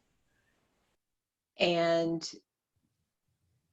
there's something in it, I think, for any one of us who is looking forward to making that shift for us. Thank you. All right, I would agree with that wholeheartedly. I like a lot of stuff on there. I mean, even going back to, you know, Makandal, you know, the first guy who started, you know, that was amazing. And how, you know, I love, you know, we have to say it, kill the collaborators, the mulattoes. They had the poisons back then. It's like what's going on right now. I mean, everything that's there, we can really see it in our society today. So, you know, I'm just going to let you guys talk. I want to hear what you guys have to say. Kelvin, you out there, what do you have to say? Are you there? Yeah, I'm here. Okay, what did you get out of that? One of the things that I didn't really know about was the voodoo, you know, and how they would talk about voodoo more with science. And the other thing that I found interesting was about the God and how they how they had a what's the word I'm trying to say, their version of God, and how the seemed like the white people had a separate version of God, and it was it's like a fight over religious beliefs, and then how they turn around, and how when we fight for our life, we're savages, and you know, and when they fight for their lives, they're heroes. So it's crazy concept, but you know that's why they call it his story. So Exactly. Right. You know, and the god of war, Ogun. You know, if you start studying it, you can. You know, when you study, that's why I like to, you know, study in African spirituality with the Mayat and the Meta Neter. You know, a lot of people don't even know about it, but it's something that goes back to our spirituality, which we've gotten diluted after they conquer us. You know, I'm not saying it, but as you see right here, the religious aspect, they got our minds all jacked up. And like we say, the pollution. And if we don't know where we came from or don't know our history, they can tell us anything. Like I said, his story, We buy into it. We think, master, we doing a good thing. We gonna go. No, I love the way the Haitians or the IT, what do they call it? I don't know how do they say it? IT. I don't want to mess it up. IT, not Haiti. They call it IT. But how they, they would die for what they believed in. And we sit here, we're fearful of everything. We're scared. But no, people say, I have a cause or whatever the case may be, and I'm going to go out and get it. Just when the guy put his body into a cannon, you tell somebody out here, go for our cause, man, no, I got to go to work. All right. Where do we have that spirituality today? Do you know anybody that had that fight in them, that drive? Do you see it? Anybody out there? That fight, that drive to do what in particular are you getting at? To fight for our freedom. Like right now, we're getting killed in the streets. Politically, we're getting every biological, chemical. I mean, they coming at us with everything. These people here, like they said, by any means necessary. The tree is, we don't have to have an army. They had a rock, a tree, or whatever the case may be. You look at it, Ho Chi Minh, the rebellions, then they make Haiti look like it was no big deal, but they talk about the Chinese rebellion, the Russian rebellion. But when it comes to us, it's so downplayed. And even like if we're talking about it right now, we still like, I don't know, we still are fearful. Is that right? No, it is right to stand up for your people. And I love the main thing I really like about it is the women, the women with a backbone. Who taught them men how to do that? And it came from African culture, from Africa, which we have been diluted and cut off from, so we don't even understand. We can't even imagine that because white supremacy has been fed into our minds so much as a whole. I'm not saying individuals, but individuals can't do it. Like I said, we had at the end, they said, you have to have what is the good for the collective, not just one, but they talk about Marcus Garvey, how he inspired the Nation of Islam, Noble Drew Ali. We have to have that collective collaboration in order to move ahead. And that revolution, that independence, and as I always say, don't think it's going to be easy. We have to have an army or a security system along with whatever we do. I don't care if it's a church or whatever the case may be, because when they do recognize you, they may not recognize you at first, but eventually that's their nature. That's what you know is coming. If anything, learn from the history. Know that what you're dealing with, because when you downplay it, like Toussaint Louverture, thinking I can negotiate with them. And that's what we got a lot of us doing today. We want to negotiate. We're good Christians. We're good spiritual people. Hey, they don't think of you like that. Unfortunately, it's a sad shame, but they will look at you and they will take you out, take you down. It's unfortunate. It's sad to say, but you got to know how to speak their language. And I say it's economic power. They say it's economics as well. So it's a lot of different fronts. It's not just one thing. It's so many that we have to do. We have to start somewhere. So I'm gonna be quiet. Somebody else want to speak up? Yes. Go ahead, Nadra. Even the solution for the pollution and the men's group, it's a place to start. I think one of the differences between our mentalities and our actions before and now have to do with how much of the white mentality, what they've given us, what they have put upon us, what we have learned in school, all that kind of thing is part of the problem. And probably the most part of the problem, because as we begin to collect, as we always have begun to collect, we begin sharing the information, just like you're sharing the 1804, which is giving so many different pieces for people no matter what our background, to be able to latch onto and be able to, I didn't know about this. I didn't know about that. Now that I know, I understand this. Now that I know, I can do this. Now that I know, there is an answer. The answers are not always as obvious, because we think we're free right now.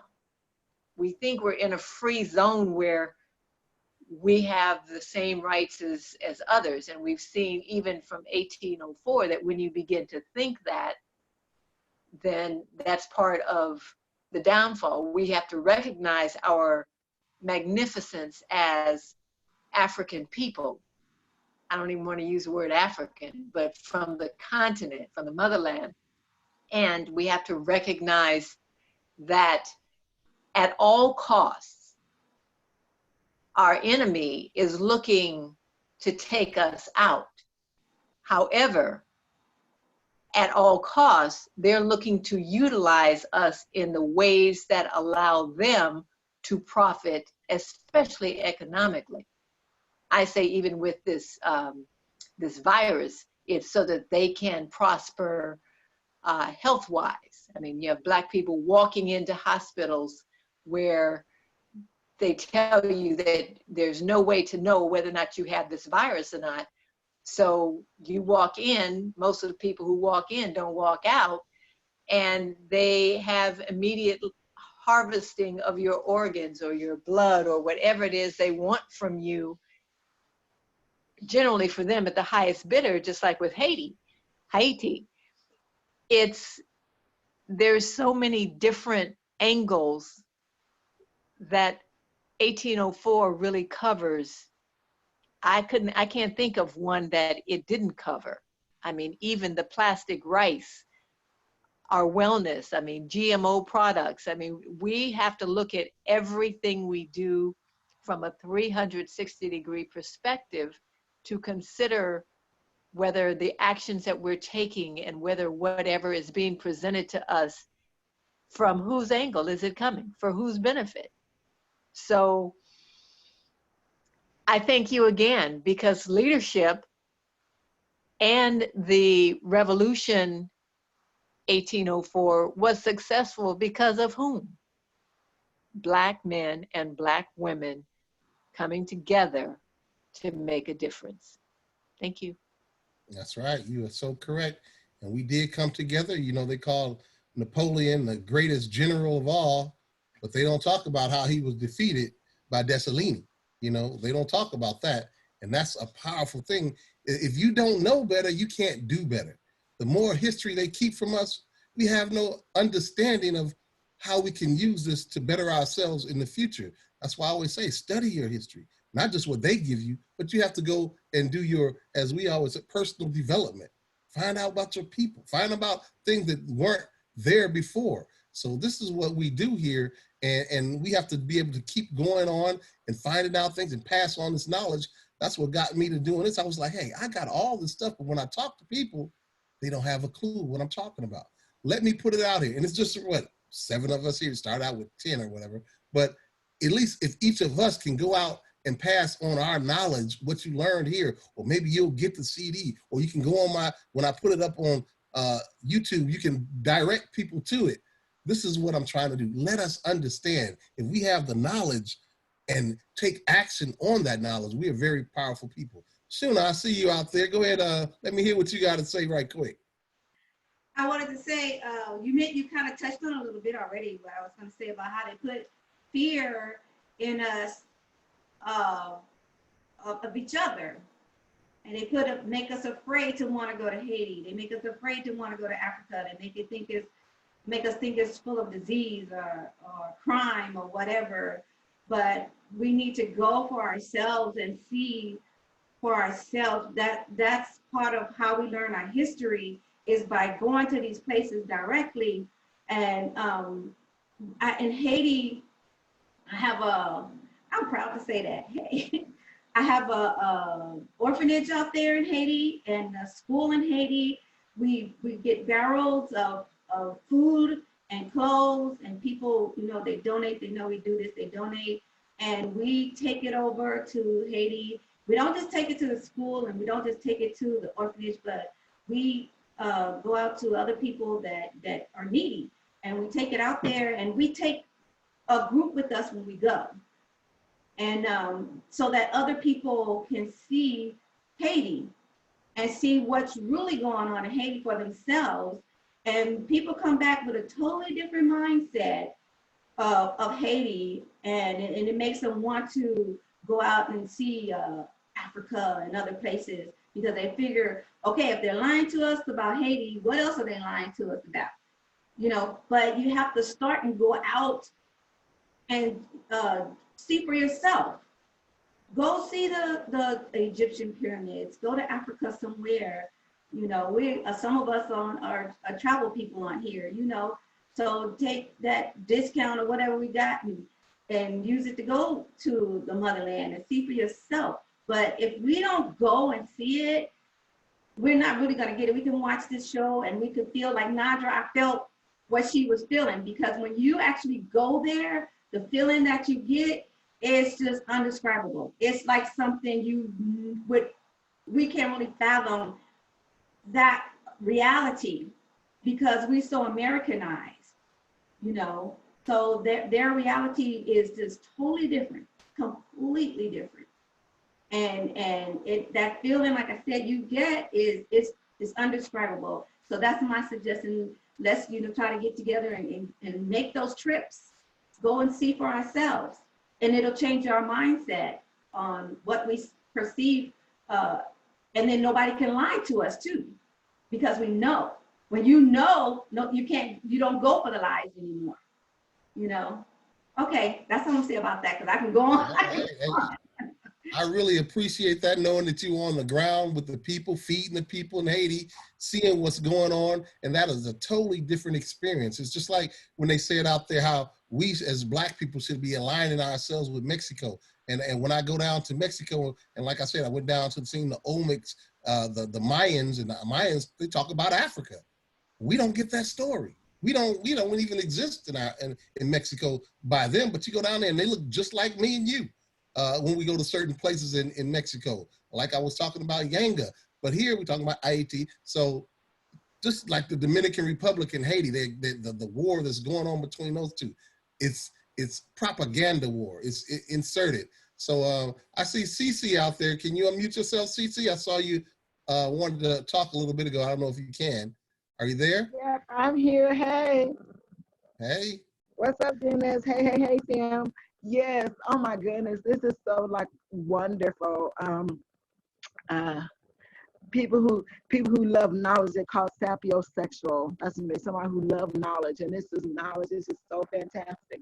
I love my history, and I know I was raised to be biased against Black people, and not to study Black history, and not to talk to Black people, yada yada yada. And so I became a real good, wonderful. I was just it was in the church, and was did almost everything in the church, and God used me to do so many things. And then so then everybody turned against me. Something happened, so everybody turned against me, and I had to find out who I was as a person, because everybody else around me was saying, "Oh, you this, and this," when I knew I wasn't. So that's when I started digging, and I found out my history about Africa and Old Kemet and the Netter, and it's just beautiful. It's all beautiful. Dennis, you're so correct, and it's wonderful too to see right now, because of all this stuff happening to us, our people going about fixing it in so many ways. You doing the economic development visual seminars, webinars, and some are out there on the ground, you know, running for office, you know, and others are, you know, are just mothers are homeschooling and they're actually teaching their children the truth about Dr. John Henry Clark and Dr. Claude Anderson and Dr. Ben Yakanatin and all those wonderful greats. So it's just wonderful, and I too believe we all must come together and even lose our lives too. We really must. And it was beautiful in the video how when they went past the Europeans or Anglo-Saxons or Caucasians, whichever call them, they took the heads of our ancestors and put it on the stakes and put it all around us, thinking that it was going to scare our ancestors. And they just told them, no, we just take it from here, because we know the spirit never dies. And so it's beautiful being able to learn this with everybody and being able to know that, if it's time to go, it's time to go. And I don't know how I'm going to go. And I know I used to be scared of everything, but why? You know what I'm saying? So it's wonderful. It's if you don't stand for something, you'll fall for anything. So it's good to know that, we stand for being melanated. So peace. All right. Thank you very much. You are correct. I love what you just said. If you don't stand for something, you'll fall for anything. It's so much, and they don't want us to be educated. They like to give you, and when they do educate you, they educate you with the books that they give you. They force feed you. And I like, they talked about the story of Bookman, how he was a Muslim, had a Quran, and they burned the book on him. This is how these people think. This is what they think. You ain't gonna read this book. We're gonna burn it on you since you want to read it. We're gonna burn it into your skin. The guy had burn marks all over him. What kind of person, or white supremacy, or whatever you want to call it, that's so inhumane. But they've done, they say they're cutting the bellies out of babies, see which one is gonna die first. This is what these people do. How can we even, and don't get me twisted, we don't, all of them are like that, but who can you trust? Look at their history, look at their culture. They're a war culture. We have to be able to unite, stand up, and as they said, even with us, we have collaborators. We have to be able to know that is what's gonna happen. How do we find out who they are? We have systems in place. We have to be able to, we will be infiltrated, but we have to be prepared for that when we do our plan. So I think Kailawan is out there, haven't heard from her. Can you unmute yourself if you can? I don't know if you're working or what did you get out of it? Hey, everybody. So there's just so many things to say. First, I want to start off by saying thank you for putting this together. Awesome information, talking about, what you just said about how they act towards us. It's a shame that in the year 2020 that we still have to have these discussions about, race, whereas white people and some of our people will say, oh, well, slavery is over and, you weren't a slave, so you don't have to think about it. But we do have to think about it because we're still dealing with it. I mean, at the end of the day, unfortunately, certain things are in the people's nature. And I've been researching that a little bit, learning about epigenetics and, just certain things are in their nature. So it's just what they do. I was having a conversation with a person of that race today, and just some of the things that they say in their regular conversation, not necessarily things that they're saying to try to offend you, but when you're around them enough, you have to be real with yourself to acknowledge that this is how they are. This is how they think. Even if it's not a direct offense to you personally, just, the things that they think we need to do as a people don't apply to both of us. But as far as education, when you think about school and how they teach us in school, they always focus on the slavery. So I think that this was great that you had this education so that we could focus on, people rebelling, people taking the land from them and saying, you're not going to do this to us, because we always get that same narrative about, slavery, but we never really get to see people really fighting back, like as a whole. Also, clarifying the difference between science and magic and all of that stuff, because they do make things seem scary, but I also think that that's purposeful, because if we're scared of it, we're not going to embrace it. So there's just so many things. I could go on and on, but go ahead. That's what we're for. No, there's so much information. It's just like, you know, to wrap your head around and process is just awesome. So thank you. Oh, you're welcome. You're welcome. I appreciate you ladies. You know, I really appreciate Kelvin, but I just want you to know the emphasis on every male that was there, he was taught by a woman. And I want you to understand what I'm saying, because I go through this with the females in our culture right now, and they always like you the weaker race or whatever the case may be. No, I always tell you the most powerful thing there is. You are queens. You are, as a man cannot take nothing from you. You relinquish that power. That's what it is. You train us. You can show us how to, you know, you have a different thing that you can do, but you have to believe in yourself, because as you see, I'm glad that every male on there was trained by a female to fight. It came from the African culture, not the American culture or someone that was a slave. It was already from the roots. And we have to learn not just to fight physically, mentally, emotionally, psychologically, wellness, and know the nature. They went into the alligator swamp. Come on now. They ain't going in there. They like, but we have a connection through the universe, God, whatever you want to call it, however it is. We have a spiritual connection on how to get around in this earth. And we have a connection with nature, herbs, how to eat. We've learned what they come from. They was, as they said, cannibalism. That's what they do. We don't do that. I could go into that on a whole nother story, but we are very good-hearted people, and we have to adapt. You know, we don't want to kill nobody, no, but we have to defend our nature, our livelihood, our children, our longevity, our culture. We have to do that. Not that we want to, but when we get to the top, like when they were coming in killing 500 people, yeah, we hung 500 people. We did the French. We didn't do the Polish, the Germans, and whoever else that was out there. We did who did it to us. And then at the end, they let the guy go. And understand, we have to understand history. We defeated them. They wanted to kill us all, exterminate everybody. And we are good people. We let them go out to the ship, and they still fired upon us again.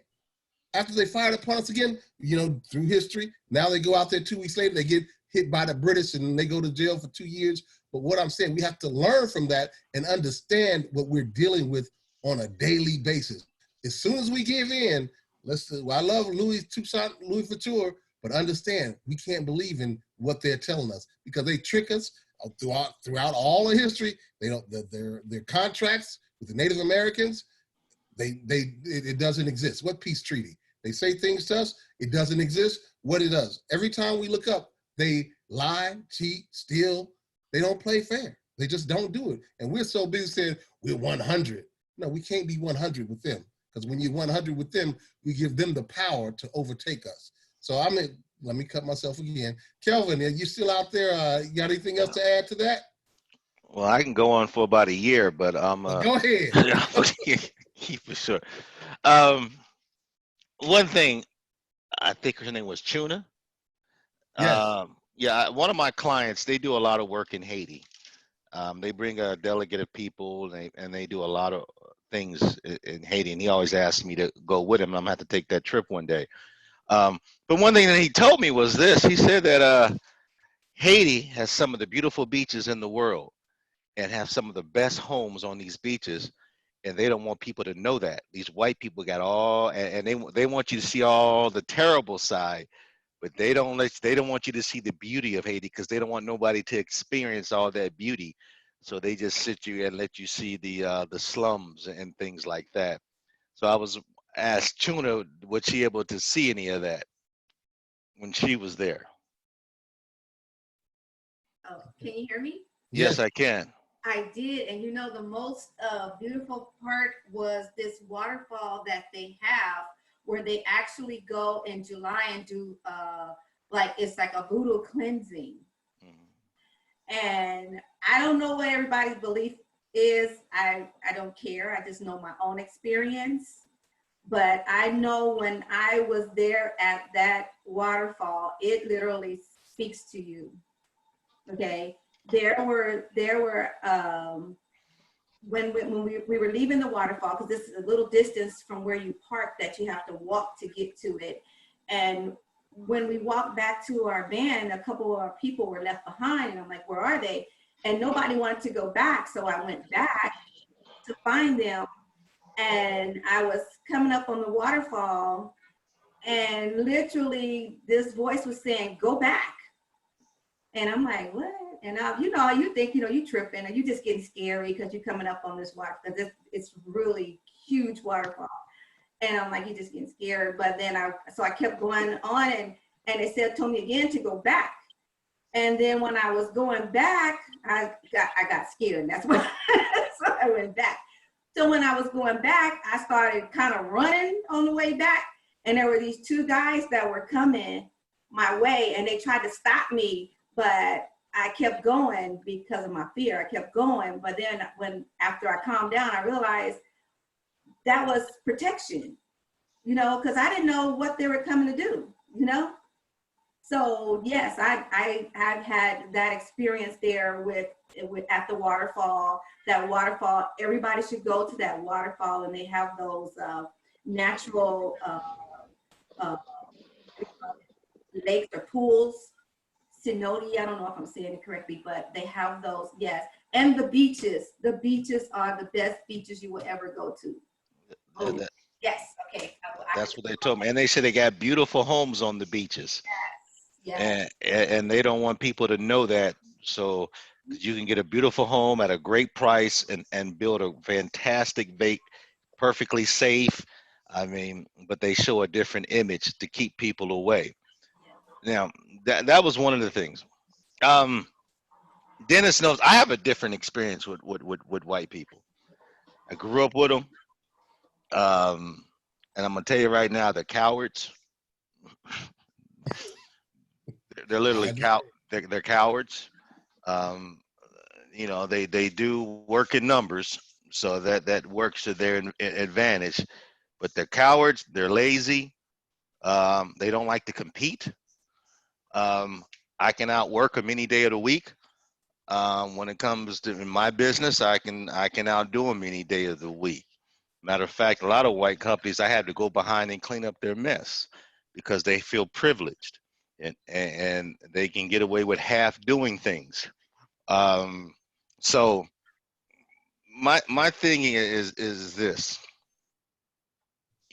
you got to understand who they are, and they only care about one thing: power. And their power comes from their money.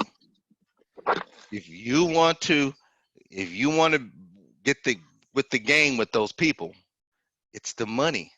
You gotta get them in the pocketbook. I mean, when back in Alabama, when we decided to wherever that was, I believe was it when they decided not to ride the buses anymore, and they start walking everywhere. All of a sudden now you don't got to sit on the back of the bus anymore because you hit them in their pocketbook.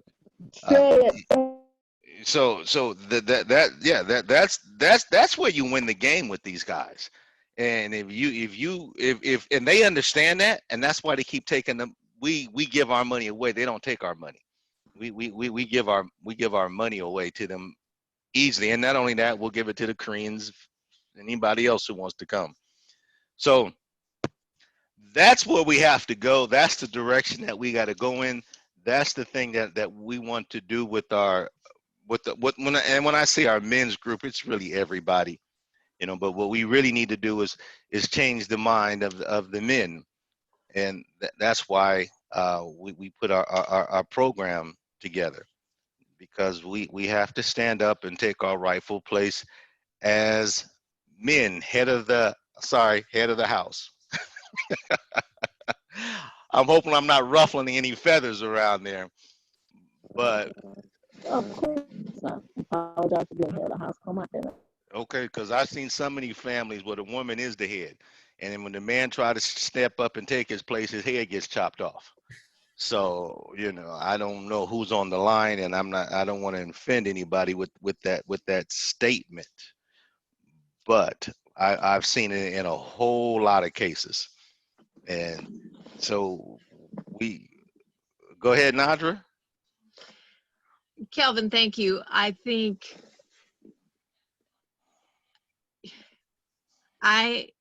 as I mentioned earlier, I am honored that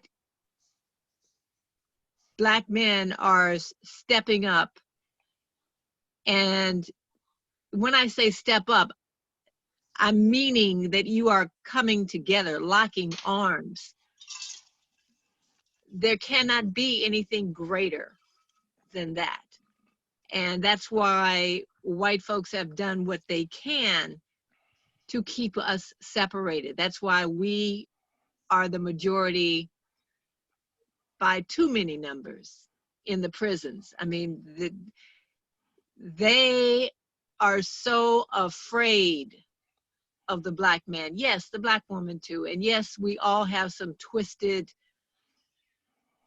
parameters that we use for whose job is this, whose job is that, whose place is this, whose place is that, what are we supposed to be doing, and I'm a this and you're that. And we have to get that that's a white perspective.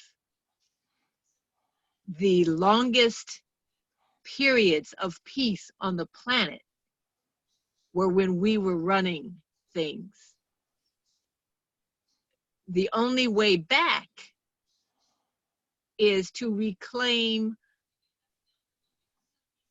our masculinity, our femininity, our home structure, because they have none of that. And, you know, I realize that they are actually us too, that they just migrated to Europe when other clans of ours migrated other places, and that they got caught behind the ice, that they lost their melanin, which is the key to all of this. And they get that we have that melanin. They want that part. For them, the economics serve to be able to extract from us our melanated power. They realize that they are the minority on the planet. So they have gone to all the devious maneuvers that they can in order, number one, to get even drops of our melanin or any other parts of us as they can. And Nadra, yes. I hear you talking, but I'm gonna break it down to you. And I almost got loose. I thought I was in a room with a bunch of guys, and I almost started cursing. But I'm breaking it. They only care about money, Nadra, money and power. They can care less about, and they don't care how They need the money in order to get our melanin. They believe that they're a superior race because of their technology advances that they stole from other people. What made the white race powerful was they went to China and took the gunpowder. And the gunpowder gave them the power to take over all these other little countries or civilizations that they did. But then they start looking about how they grew their buildings and their skyscrapers and all these other things that they built. And that's what made them believe that they were the master race. You know, but they get that they are minus birth rate. And you don't just turn that around with economics. You need Black folks' melanin to be able to make a difference for you to continue to survive. Well, again, when Planned Parenthood was all about Black people getting abortions. Right, but with all of that, hold on, they are still the only ones with the minus birth rate. I'm trying to finish my comment on that. Go ahead. What happened was white people started getting them. And when white people started getting abortion, it became a problem. Because like you said, they are not producing at a rate. And the one thing that white people need more than anything, white people need white people as pawns. That's their biggest game, you know, because they need more white people because they need the votes or they need the hate. They need that thing to keep them up top. They need something to blame.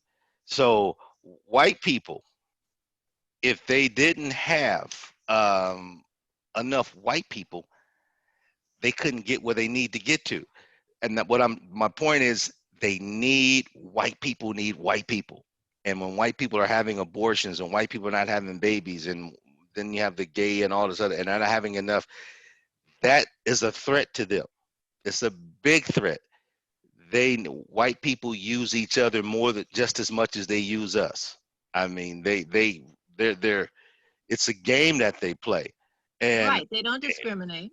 they don't. And the people who built our country were called Scottish Irish, and and I was watching this story told by a white congressman on the History Channel, and they were talking about how the King of England could not control the people in Ireland. So he sent some Scottish people over there, gave them some land up in the hills. Well, the Scottish people didn't like the land that the king gave them because the land down on the ground was better. So the Scottish people went down to where the Irish people were, killed those people. He said this: they were taking newborn babies or babies and just took by the legs and smashing them against the walls. Babies. That's the savagery that we have to deal with the race of people that the white people. Very, very. I get all that. Yeah, and so doing that to us, if they're going to do it to their own people, imagine what they're going to do it to us. However, the only dang thing them people care about is money. That's all they care about. That's all they see, and they understand that money is power. And you want to take away black people's power, take away their money. Because if you have no, and I say this all the time, if you want a voice, have some money. If you ain't got no money, you don't have a voice. And that's our problem. We have the money to have a voice, but it's not pulled together enough to have a voice. And once we learn how to unite and do that, because I look at these big conferences they'll have, TD Jakes will have a conference, 50,000 people at a conference, and then Creflo Dollar have 50,000 at his conference, and you come back home, what's changed? Nothing's changed. Still the same thing, still people praying about the same thing, and what it would be better if if somehow these people knew how to pull together, but everybody has their own agenda. He has his agenda, they have their agenda, everybody has their own agenda, and it makes it tough for people to work together. So we have to come to a common ground on the agenda that we want to achieve. And the main thing that we need to figure, what we have to do is get our money together. If we ain't got our money together, everything we just talking. Now, in the past, when we got our money together, they took us and took it. They start killing people and blowing. They destroyed Black Wall Street. They did all these things. They can't do that anymore. It's a whole different world. You can't. So now's the time for us to rise up, come together, and start making things happen as a group. And that's one of the things that we plan to do in our group. Now, it may take us a couple of years to get there, but when we get there, maybe sooner than that. But when you build your foundation, and if you have the economic power before you get started, that's going to change everything. But most of the time we start stuff, we don't have enough money to finish. And when we don't have enough money to finish, that's when everything falls apart. So the bottom line, like the Bible says in Ecclesiastic, it all comes down to what? The money. That's what it all comes down to. We can say this and say this and all that. Yeah, that was the problem they were having in Haiti, because they wanted all that money so they can keep their wealth going. It's always about follow the money. That's the bottom line. That's what I want to say. Just follow the money. All right. So go ahead. You're so correct. I agree with you on that. The money, follow the money trail, like follow the blood trails. Follow the money, and you'll get to the answer, because they love power and they love money. And like I said, when we take that away from them, or we don't spend it with them, we change everything that they do. The problem is we don't stick together with that. We've been brainwashed, bamboozled, led them up, and we don't believe in ourselves. But we are, I shouldn't say we don't believe in them. we do believe in ourselves. Just more of us have to believe in ourselves. We have people out there. We just have to let that virus grow. I know that CC was wanting to say something. CC, did you want to say anything? Is she there? Okay. Naja, Shuna? No, I'm here. I'm here. Okay. All right, go ahead. No, thank you so much. I'm so glad you guys are doing this and all the comments and everything. I'm enjoying it immensely, and it's just gives me the encouragement to keep on keeping on, you know. So thank you so much, everyone. All right, all right. Hold on, can I make a comment? Go ahead. Why did you say keeps you encouraged to keep on keeping on? Because sometimes, you know, sometimes it's like even though you're supposed to encourage yourself, and you do, and I do, and I keep myself encouraged, but still it's good to see the encouragement that others, the work and the production that others are doing, because I know if you can do it, I can do it too. So it keeps me to keep on keeping on. You know what I'm saying? Because you guys are at a different height than I. And so I usually try to learn something new every day. So now I said, am I going to learn something new every day? I'm going to meet somebody new every day, and I'm going to do something new every day. And I know for me to get where you guys are, I'm going to have to do that, because you didn't get where you are like just sitting, you know, hibernation. So, and not scared to stumble and make mistakes and fall and da da da da. And so that's why I'm looking to go to, just to keep on keeping on. Well, I'm gonna ask you a question. You said you want to learn something new every day, and yeah, I do. And something. Now, are you learning something new about yourself every day, or what do you mean by learning something new every day? Because the whole key is how are you developing in your mind? Exactly. Right. You know, right now we're talking about economic development. So the topic that we're talking about now is that. So that's where everything is going right now, in economic development. And economic development that goes, you know, into so many things. But right now it's about getting my business productive. So that part of economic development I'm dealing with now. I don't know if you go on Facebook at all, but if you see like CCSI, Caring Community Social Intelligence, I have like health, education, cultural development, human rights, human services, economic development, political education, spiritual enlightenment. So when I get articles and things, I put them in all those categories. So right now we're talking about economic development. So I'm using this not only for economic development, but also for personal growth, because you're talking about courage and integrity and stick-to-itiveness and Napoleon Hill, and of course, you know, John Maxwell and other greats, you know. So it just feels good. Oh, you know, John Henry Clark, Ben Yakanaten. I mean, when I listen to conversations like that, it makes me think of all of them, because we're building. Definitely Marcus Garvey. Oh my goodness, yes. So we're doing what they're doing and what they did, and it just feels good being part of that. Okay, and can I ask you another question? Okay, and so with all that, can you tell me, what is it that you want out of life? What do you want? What do I want? Yes. Well, what I want out of life, first of all, is peace of mind. Peace, just peace of mind. And then what I want of our life is peace of mind for everybody else. And that's what you want out of life, is peace of mind for your life and peace of mind for everybody else. Right, along with finances to make differences that are legacy building. You know, I'm sure you guys know. I tell everybody my dad is a multimillionaire, and my dad always asked me. He would say, "Well, what do you want out of life?" And I said, "I wanted to help people." He says, "Son," he says, "you better help yourself before you can help anybody else." Exactly. And he says, so he says, so in other words, he's telling me, you know, well, how do you want to help people? Well, I want to help people make.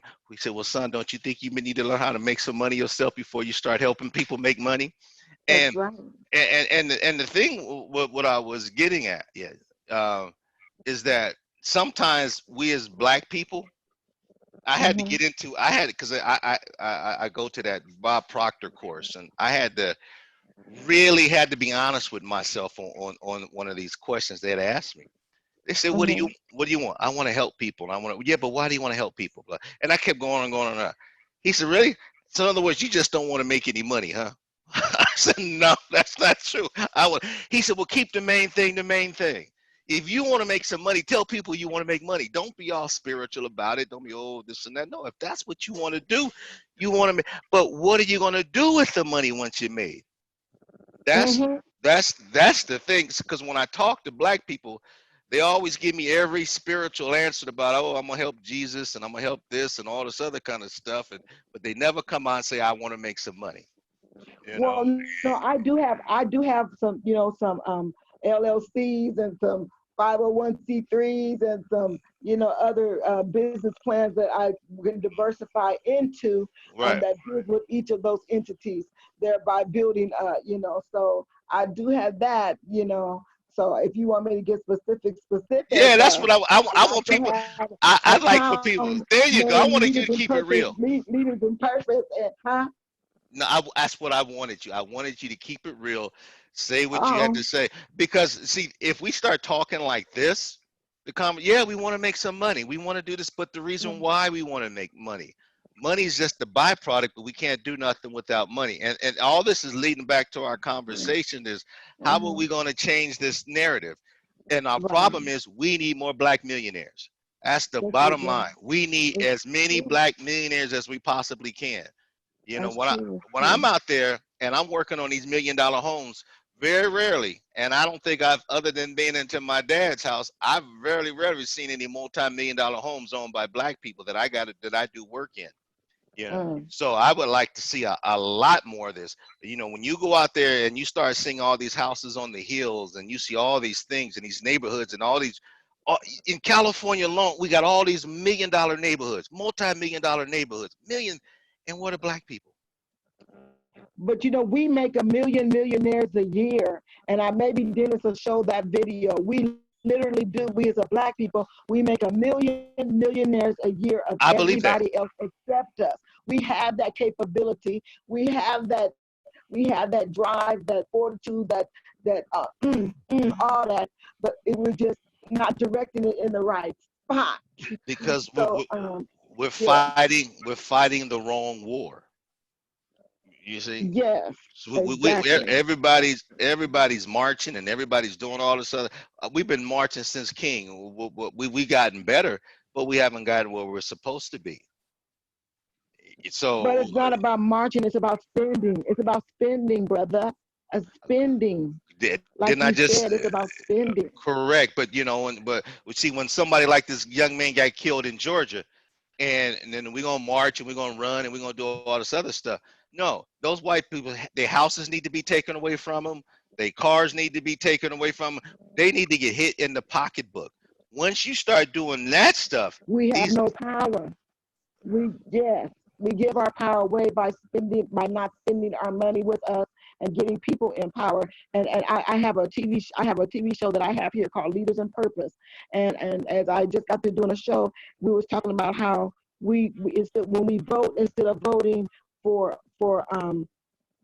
results, we vote for friendship, and so nothing gets done, and nobody's held accountable, and nobody's kicked out of the office, and nobody's groomed to take the place, and I don't believe anything's going to happen in this society because it's a patriarchal society which was born with the treason of our ancestors. And when I talk about our ancestors, we're talking about Buddha, we're talking about Ma'at, we're talking about where the 10 Commandments came from, which is from the 42 laws of Ma'at. So that's why my heart kind of aches. But when we women, we're rising up and we're recognizing each other and loving each other instead of us being bees. We're royalty, and we treat each other with loyalty. I believe that's where we start. We start with us women, and you guys are starting with you guys, and so I think everything is so fantastic. Right, and it starts with the family. And I'm gonna tell you something. See, I like the second part. What you got, Miss Lady CC, because the second part, when I brought out your passion. See, you were talking before, but now I get to see who you are because you let your passion out.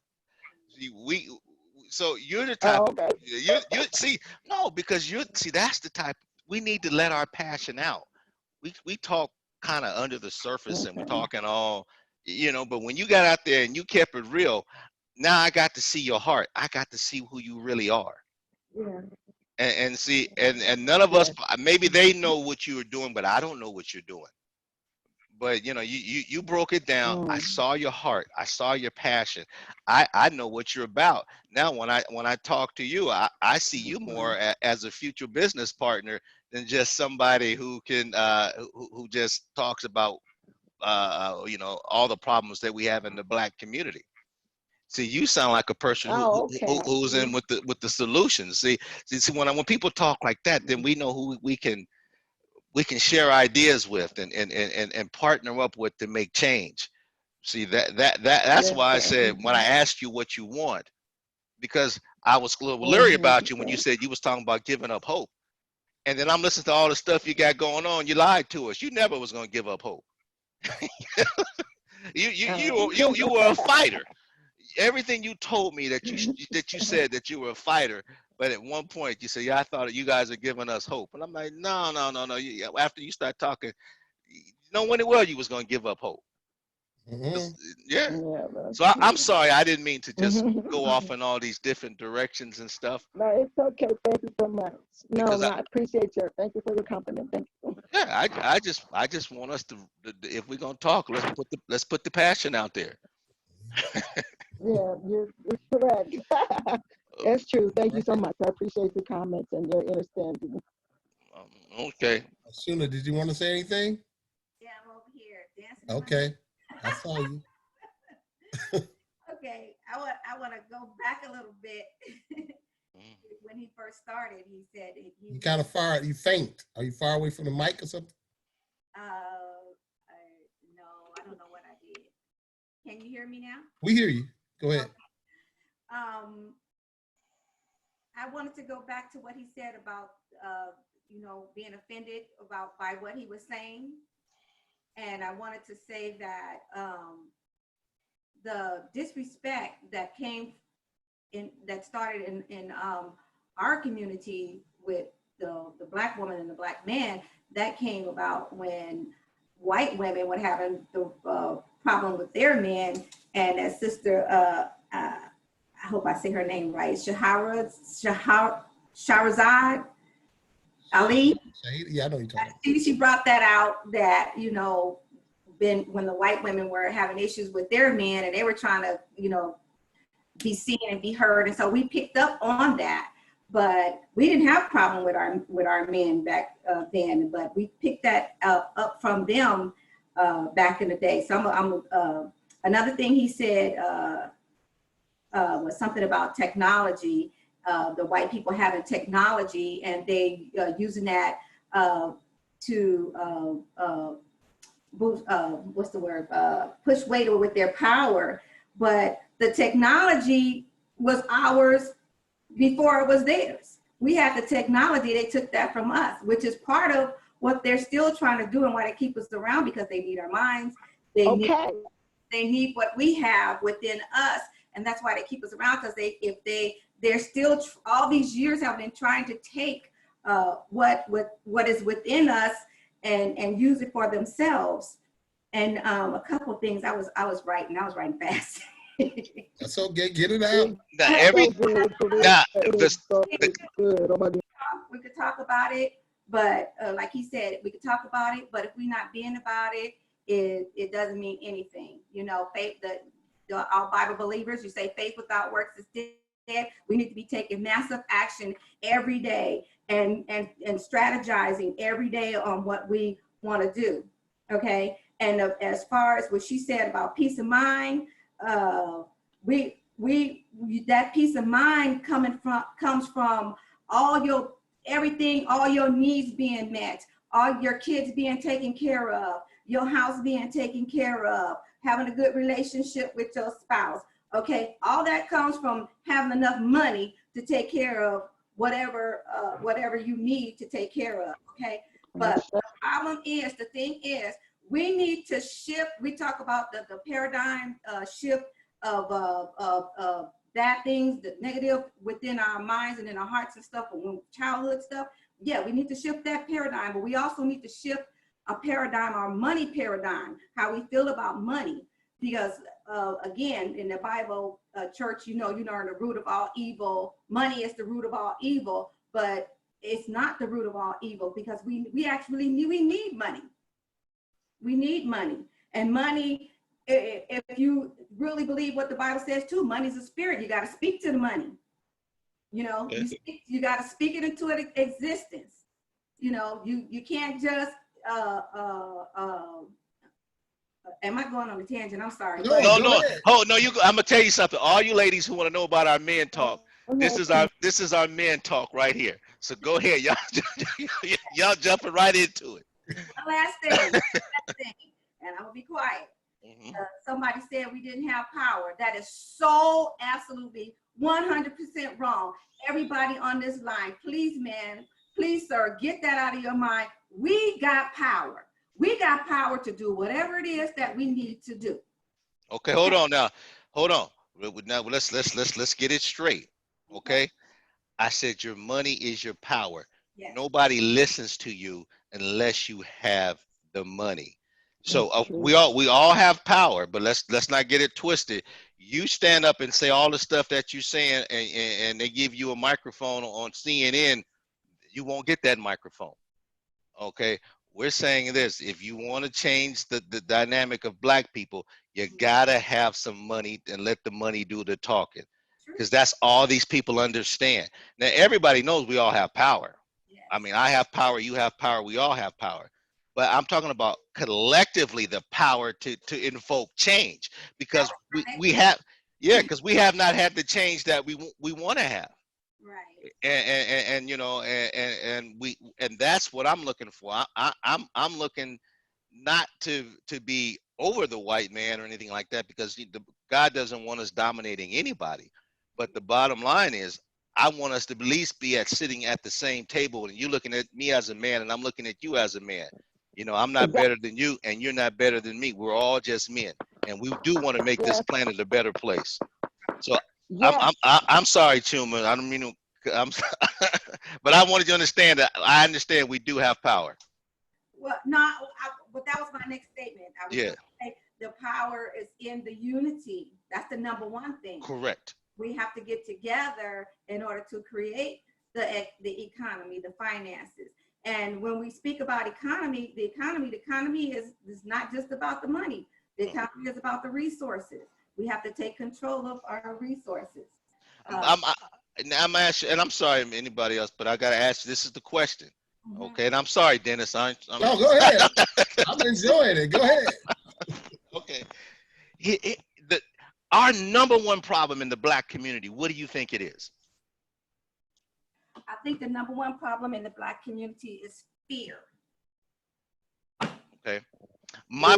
I think it's I think it's an F word, but but my F word is family. See, I think that's our number one problem in our black community is family. You know, when are you in California? I'm in California. All right, have you ever been to Walmart on a Friday on a payday and watch all the Mexicans going back there sending all that money back to Mexico? Yes. Have you ever took around and look at these 7-8 bedroom houses that these builders are building, because they know that Filipinos, Mexicans, and Chinese are all gonna live in one house? Whoa. And then you're gonna sit there and a black person come in there and he ain't living with his family. See, we're not using each other to build our wealth. That's our number one problem. That's what every other community does. They use each other to build their wealth. They pull their resources together. If we can't get the family to work together, how are we gonna start working together with our friends and other people like that? See, there's got to be a starting point, and we have to start with the family. So that's my opinion. What do you guys think? I agree 100%. Well, go ahead, Queen. Go ahead, Queen. I was going to say that it still boils down to fear, because we're afraid of having this one to come over. I remember back in the day, I was talking to my friend the other day, and I was saying how when my grandparents came over here, they had what we call a family pool, something like what that other young lady was talking about. But they had the family pool, and everybody put a certain amount of money every month in the family pool, and this is how they got property and how they got other things that they accrued over time. But they all were in one house to begin with, and then as they got enough to purchase one home, then maybe one or two families moved into that home and say that was the McDuffie home. And then when they did the same thing again, and then this might be the Stamps home over there. But nowadays, we don't have confidence in each other enough to do a thing like that. You know, if you're, even if, honestly, with our own kids, well, how long you gonna stay when they come? How long you gonna stay? You know, give me a time limit. How long you gonna be here? You know, how much you gonna contribute? You know, we don't have that like they had back then, where and maybe it's our. Well, go ahead, Miss CC. And Dennis, I'm sorry, man. Go ahead. No, I'm used to doing talking. I like it. Everybody's having dialogue. That's what it's here for. Thank you. And no, what the Queen said was so true, and I just agree with everything. So I'm enjoying listening. I'm gonna keep it real then, okay? Since we're trying to keep it real, why do you think it is that Black people don't want family in their house? They have been brainwashed. Oh, CC, you go ahead. Yeah. Well, first of all, the reason why I think that we're like this. First of all, we need to stop calling ourselves Black, because when we call ourselves Black, we can't, we're not able to take hold of the land that been lost through law in court, because the court does not recognize color. I believe we're still considered we're melanated. So, but the reason why it's about families, because when we were brought over here as prisoners of war and made into chattel slaves, we were brainwashed from our culture, and we were brainwashed to think that that all Black people are well, this is what I was taught. Black people were cannibals, and we're over there having sex with animals, and all we did was kill each other, when it was just the opposite. And actually, those Caucasians coming down from the Caucasus Mountains. So that's why we can't that's why we can't work together as a family, because of that. Because our culture is erased. Our original culture is erased. No, that's not why. We don't know our original culture. I'm gonna keep it real. I'm gonna keep it real. Do you know All right, here's the deal. Let's talk. Okay, because Black people most of us are liars. We don't make what we say we make, or we make more than what we say we make. So which means is I don't want nobody knowing what I got. I either got too little. You say most of us are liars? Most Black people are liars, meaning this. You see a Black person, and you swear up and down he ain't got 2 nickels. And he's almost a millionaire.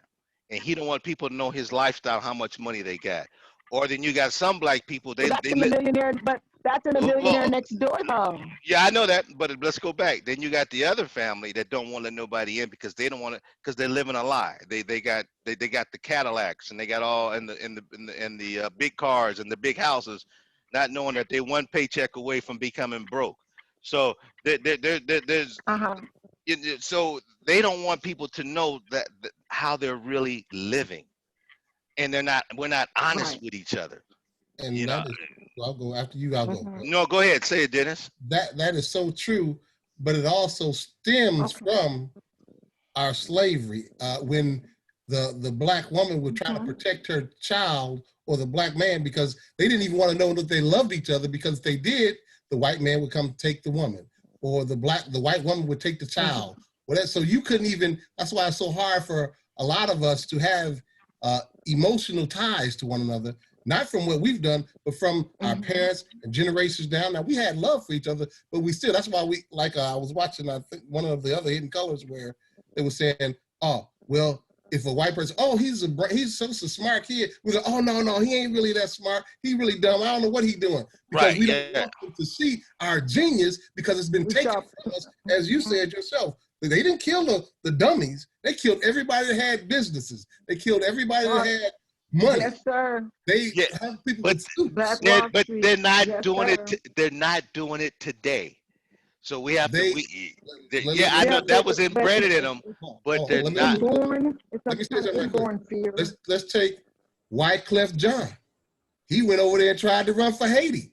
He got some money, but he didn't have the collaboration of all the artists coming to back him up. As soon as he's tried to step up, what they say, niggas, stay in your place, we will kill your ass. Excuse me. But what I'm trying to say is that's the fear that they put in us. Where was this at?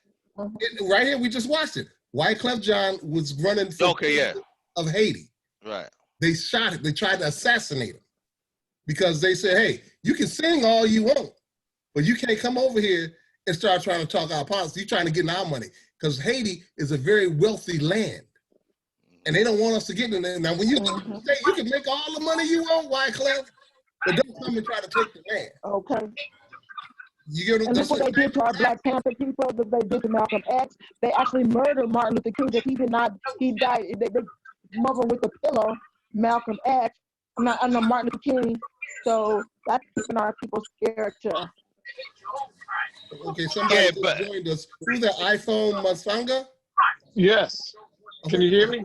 Yes, I hear you. What's your name? Masanga. I'm Ballet. Okay. Where you calling from? I'm from LA. Oh, LA. Okay. Let me turn this down a little bit. Welcome. Did you? Thank you. I guess did you watch the program or you just? I'm aware of it. I got on late. Are you Dennis? Yes, I am. Pleased to meet you. I just got on, but I'm familiar with the story. So a friend of mine, Nadra, told me about this. So I'm tuning in very late. Okay, all right. Well, if you know the story, you can chime on in. We welcome everybody who's got a level head and knowledge and want to advance our race and economic power. However, we can move up. It's a great. Fantastic. All right. Okay. Okay, Kelvin, what were you about to say? Don't remember, man. I'm old. Well, I have a question. Go ahead, Nadra. Go ahead, Nadra. Okay, so my comment was, Kelvin, when you were talking about one of the reasons that you were speaking that many different ethnic groups come over and they get to live together. I remember when I first started real estate that there was a problem that I realized, but Blacks, we could not sell to Blacks to have multiple people, multiple families, especially living in a household. As I understood it, it was illegal. And then with redlining real estate terms, it was also designed to keep Black folks from pooling themselves together as families and for our wealth. So just along those lines, I think the disparities that are put in front of Black people versus other groups, and I apologize to those who want me not to call us Black, but I call us Black to make sure that we understand who I'm talking about. But I understand the difference that it makes in terms of, for example, the census. So I'm thinking there are so very many different disparities that we have. Economics in Black people's hands could make a significant difference. However, based on what we just saw in terms of 1804, if we're looking at some of the ways that, the devious ways that we have been delivered into this situation that we are. You spoke about passion. One of mine is to find out how we, as a group, having all of the benefits that we have had from antiquity, could find ourselves in this situation. Well, here in America and a variety of different places around the world.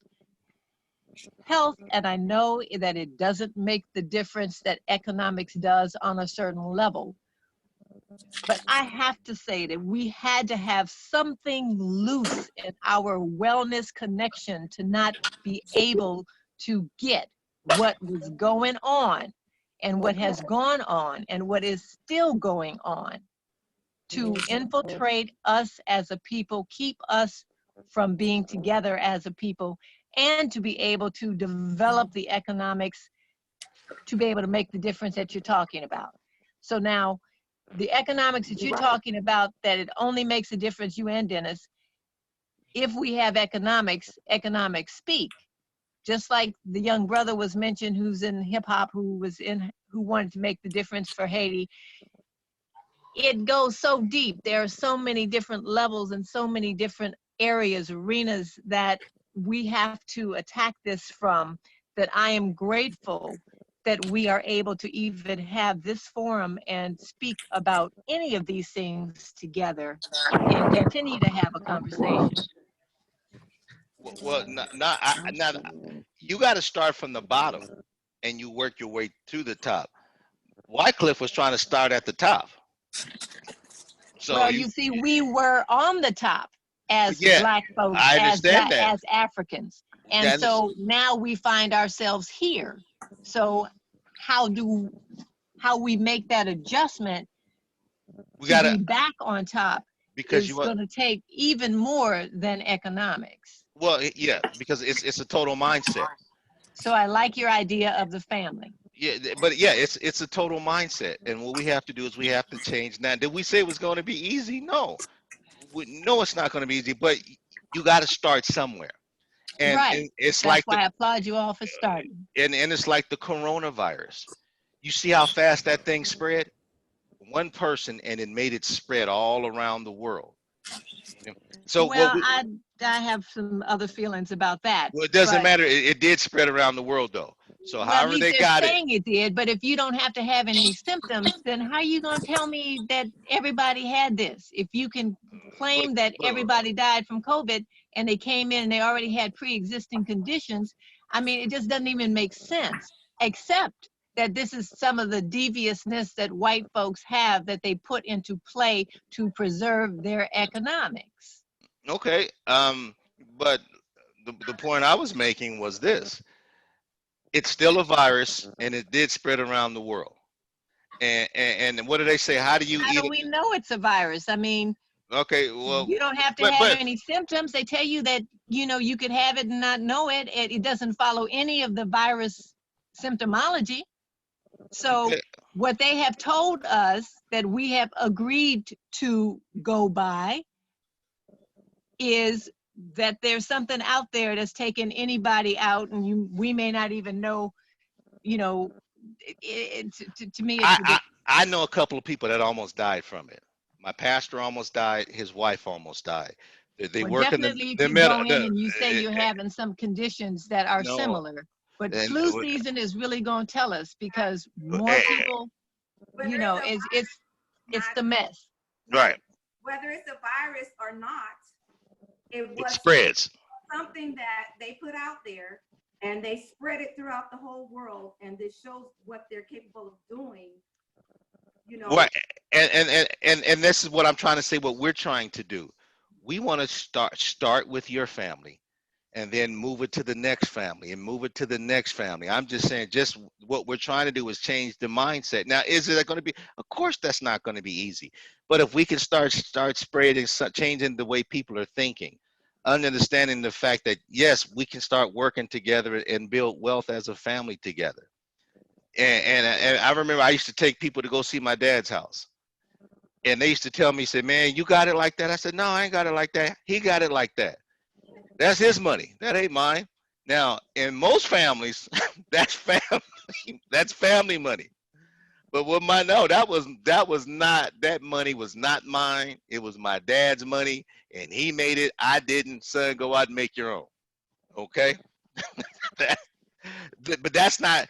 So when I started my company, and my son, I used to work for my dad. My dad would pay me $10 a day, and I work 8 hours. And he started me at the bottom. Okay, and if I was late 2 minutes, he docked me $5. That means that day I was working for $5. Okay, now when I started my son and he started working for me, I paid him top wages. The reason why I paid him top wages because he was my son. God dang it, that's why I paid him top wages. Why do I want my son to start at the bottom? I'm at the bottom. He needs to start on my shoulders and then move up from there. So that's just the different mentality where a lot of black men think. They don't like paying their family. So if we can really break it down, and we really break it down, where we really need to get our checkup from the neck up is actually with the black men. That's where we really need to get everything started. And I applaud you, black men. I applaud you, and I'm right here to do whatever I can to continue to support you in doing what you do. Yeah, because we did we can straighten that out. That will straighten out a lot of our problems. And what made it so easy, because black men were never around and they were used as breeders and all this other stuff. I got friends. They love their kids, but hell, they be gone in a minute. I ain't got to stay with that woman and just leave so easily. And that's heartbreaking me to hear a lot of guys say something like that. You know, bunch of kids and a bunch of babies' mamas and all that. We have to change that mindset. We really do. And if you have them, take care of them. That's right. So the brother over there, I just want to know, since you joined in late, do you have anything to say? You want to add? Because we ain't got much time. I know we've been on here a little while, so. Yeah, y'all ain't gonna invite me back. Yeah, we will. Come on every week. I don't think he hears me now. Okay. All right, Sula, you got anything else to say? I'd like to say one thing before we go. One thing is the difference between white families and black families. White people do things that's going to leave something behind to keep the family legacy going. A lot of black people don't even understand legacy. Also, they leave something behind to keep that child, a boost to give that child, so that when they do get on their own, they have something to start with. And a lot of times, because with black families, we're struggling so much, we don't have that something to leave to our kids or give to our kids to get them started when they do get to that age. Like you said, you paid your son top dollar. Well, it may be that this person don't have top dollar to give to their child, but that's something that we need to work on. Like you said, get to that point of doing what we need to do to increase our finances to become millionaires, so that we can we got to teach our children first about finances, so that they don't squander our money away. And then so that when they do get the money, that they do the same thing, duplication, just like in network marketing, duplication. It's the same thing in the family. We have to teach them, just like we teach our associates the business, we have to teach our children business too, and what to do with that money when they get it, so that they can have that leg up when they get a certain age. And when they start their families, they're not starting their families on welfare or homelessness or something like that. So in other words, you're saying if your son is making F's, don't buy him Jordans? No, don't buy him Jordans. Don't buy him $200 tennis shoes? Right. You made me think about one thing, and I'm going to shut up after this, but this is a perfectly good example. I used to do that. I used to, I have 3 sons, and I would go to the Nike store and buy them Nike shoes. And I was spending a lot of money on shoes. And for boys, that's a lot of money just to buy shoes, period. But I'm buying shoes every month because they like to skateboard. And they would tear up the shoes within a month. So every month I'm going to buy new shoes. So a friend of mine told me about Payless Shoe Store. You guys remember Payless? Yeah. So a friend told me about Payless those Birkenstocks. We'll get the Birkenstocks for summer. And you guys know those are kind of costly too. So I went to Payless. They had the same shoes that looked like the Birkenstock, but I could buy them 3 pair of shoes for the price of what I was paying for 1 pair of shoes at the Nike store. So my one son, he refused to get out the car because he was not going to wear Payless shoes. And he refused to get out the car. So I told him, if you don't get out the car and go into the store and choose your own shoes, guess what? For the summer, you're going to be wearing them tennis shoes that you wore during the winter time. You're going to be wearing those tennis shoes during the summer. And if you tear them up on a skateboard, guess what? You're going to be walking around with holes in your shoes. So I guess he thought I was kidding. So he refused to get out the car and go inside Payless because it was Payless. And he didn't have shoes for the summer. And I didn't bend, I didn't move. And I let him go the whole summer without no sandals because he didn't want to get out the car. And it's like, we have to teach the kids the lessons like that. You can't just, spend my money for me, number one. And you can't tell me what I can afford for you when I'm the parent. And a lot of times too, we step out of the parent role and let the kid take control and tell us what we gonna do or what we gonna buy with our money that we work hard for. No, thank you.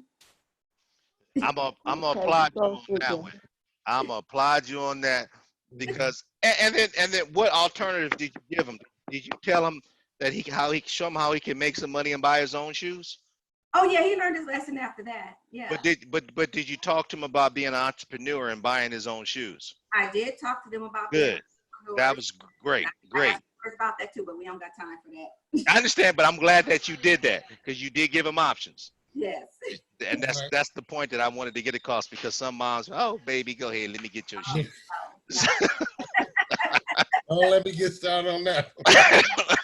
Woo, that's one of my pet peeves right there. Masanga, I know you've been back there in the background. I don't know if you can unmute yourself. Okay, do you have anything to add in there?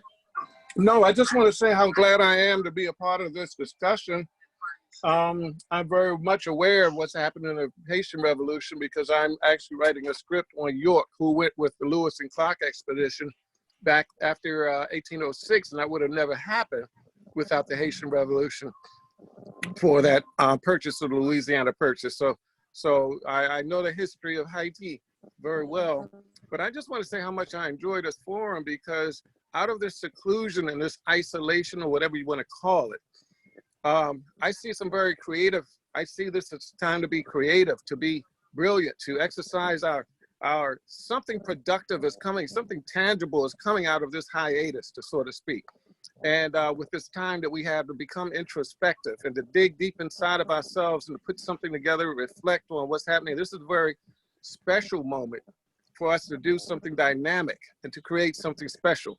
And it takes discussions like this to realize just the day and time we're in, to use it productively to our advantage and to be strategic about what we come out of this with, and hopefully be more unified as a collective people. So I'm just tuning in because I'm tuning into all kinds of Zooms and webs and this. I'm just keeping my mind active and keeping current with what's happening. And I just applaud everyone for being on this call, and thank you for accepting. For Nadra, thank you for inviting me because you all are my kinds of people. Talking good talk, and out of this talk comes something tangible and productive. So I appreciate everyone. Okay, Masanga, I'm gonna ask you to write down my number. I'll get my number from Nadra because I want to invite you to our think tank on Thursdays at 5:30 p.m. Pacific Standard Time. Okay, very good. Are you the same dentist that's with the Hoteppers? Is another dentist? No, oh, okay, all right. I'll write your number down. Sure. Okay. And the think tank is a bunch of men from across the country. And, okay. And we're working on things that we can do to help our community. And okay. The last couple of weeks, we let everybody give their opinion. Now we want to tell people that what solutions do you think we need to do to solve the problem? All right. So then now as everybody gave their opinion, now let's hear your solutions. So that's the topic that we're going to be talking about this Wednesday. Okay. Talk my language. Okay. I got my pen in hand. So okay, it's 951. Okay, 951. That's the Valley. That's the Inland Empire. 951. Yes, okay. 522. 522. 5739. Correct. Got it. Okay, Dennis. Just text me and then I'll send you the link for some Wednesday night. At, okay. Okay, it's Wednesdays, not Thursdays. It's Wednesdays. Correct, Wednesdays. Every Wednesday night. Okay, got it. Okay, sounds good. All right. And there's also economic opportunities available that we try to help with other people also. Okay. So, very good. So we do a lot to try to help the men, just stand up and let's make a change. Okay. I've attended some of the meetings with the travel group, so I'm aware of that aspect as well. So okay, great. Yeah, so Yeah. I want to say this, you know, and I know we got to go. I watched this documentary years ago, and it was about elephants, and they killed all these elephants, and then they had all these juvenile male elephants, and they took them away, and they put them in another national park. The male elephants went crazy. They were killing rhinos, hippos, killing everything, tearing up the place, and they could not get a hold of these juvenile elephants. So they decided to bring some male, big, giant, strong bull male elephants in there, straighten the kids right up. Didn't have a problem anymore after that. And that, if the animal community knows the power of how a man in that community, then we should, as men, we should know the power that we have over our children. And I was amazed to see how it cleared it up instantly, because they had strong men, strong male elephants in that thing, and no more. Right. That's It was right. like, so that's why I'm That's right. really big on us as men taking care, doing our part. That's right. Right. So that's it for Right. me, Dennis. Can I interject that know, Thank you so gentlemen? much. Can I interject that know how to use that power correctly? Because that's what's wrong with the world today. You have a lot of people with a lot of power, and they're using it incorrectly, like sex trafficking, like these satanic cults that be killing these kids, drinking these kids' blood, and that's the issue. In this culture, we're not taught how to use power, and in the culture that builds civilization from the ground up, the old Kemetic culture that you're going to find out in Meta, we harness power, and that's a difference, and I think that's amazing. All right. Thank you, CC. Well, I'm just going to say we out of here. We will be back here next Sunday, 1 p.m. Pacific time, 3 p.m. Central, 4 p.m. Eastern. We will be watching the final one, the Hidden Colors 5. Hidden Colors 5. It is awesome. You're going to see everything come into one. I love that. And I can't wait to see what you guys have to say about that as well. If you want to get involved with us with Men Who Surge, that will be on Wednesdays at 5:30. Get in touch with myself or Kelvin, and we'll definitely get that information to you. And we also do something called Solutions for the Pollution on Saturdays. It's a start a revolution. So what we've had right here. So thank you all. I appreciate it. And I'll see you guys. Be black, buy black, think black, and all else will take care of itself, as the Honorable Marcus Garvey said. And I'll see you again next week, Sunday. Again, 1 p.m. Pacific, 3 p.m. Central, 4 p.m. Eastern. Invite a friend and invite another black person. Let's grow this thing. Let's each one teach one and make it explode, like Kelvin said, like the virus, but in a positive way. Not the virus in a negative way, but we have to be able to pass on our stuff so we can. It takes a village to raise a child. We want to raise that village, build a city, take a state, build a nation, and have an empire. So I'll see you guys next week. Thank you very much for joining. All right. Thanks, Dennis. All right.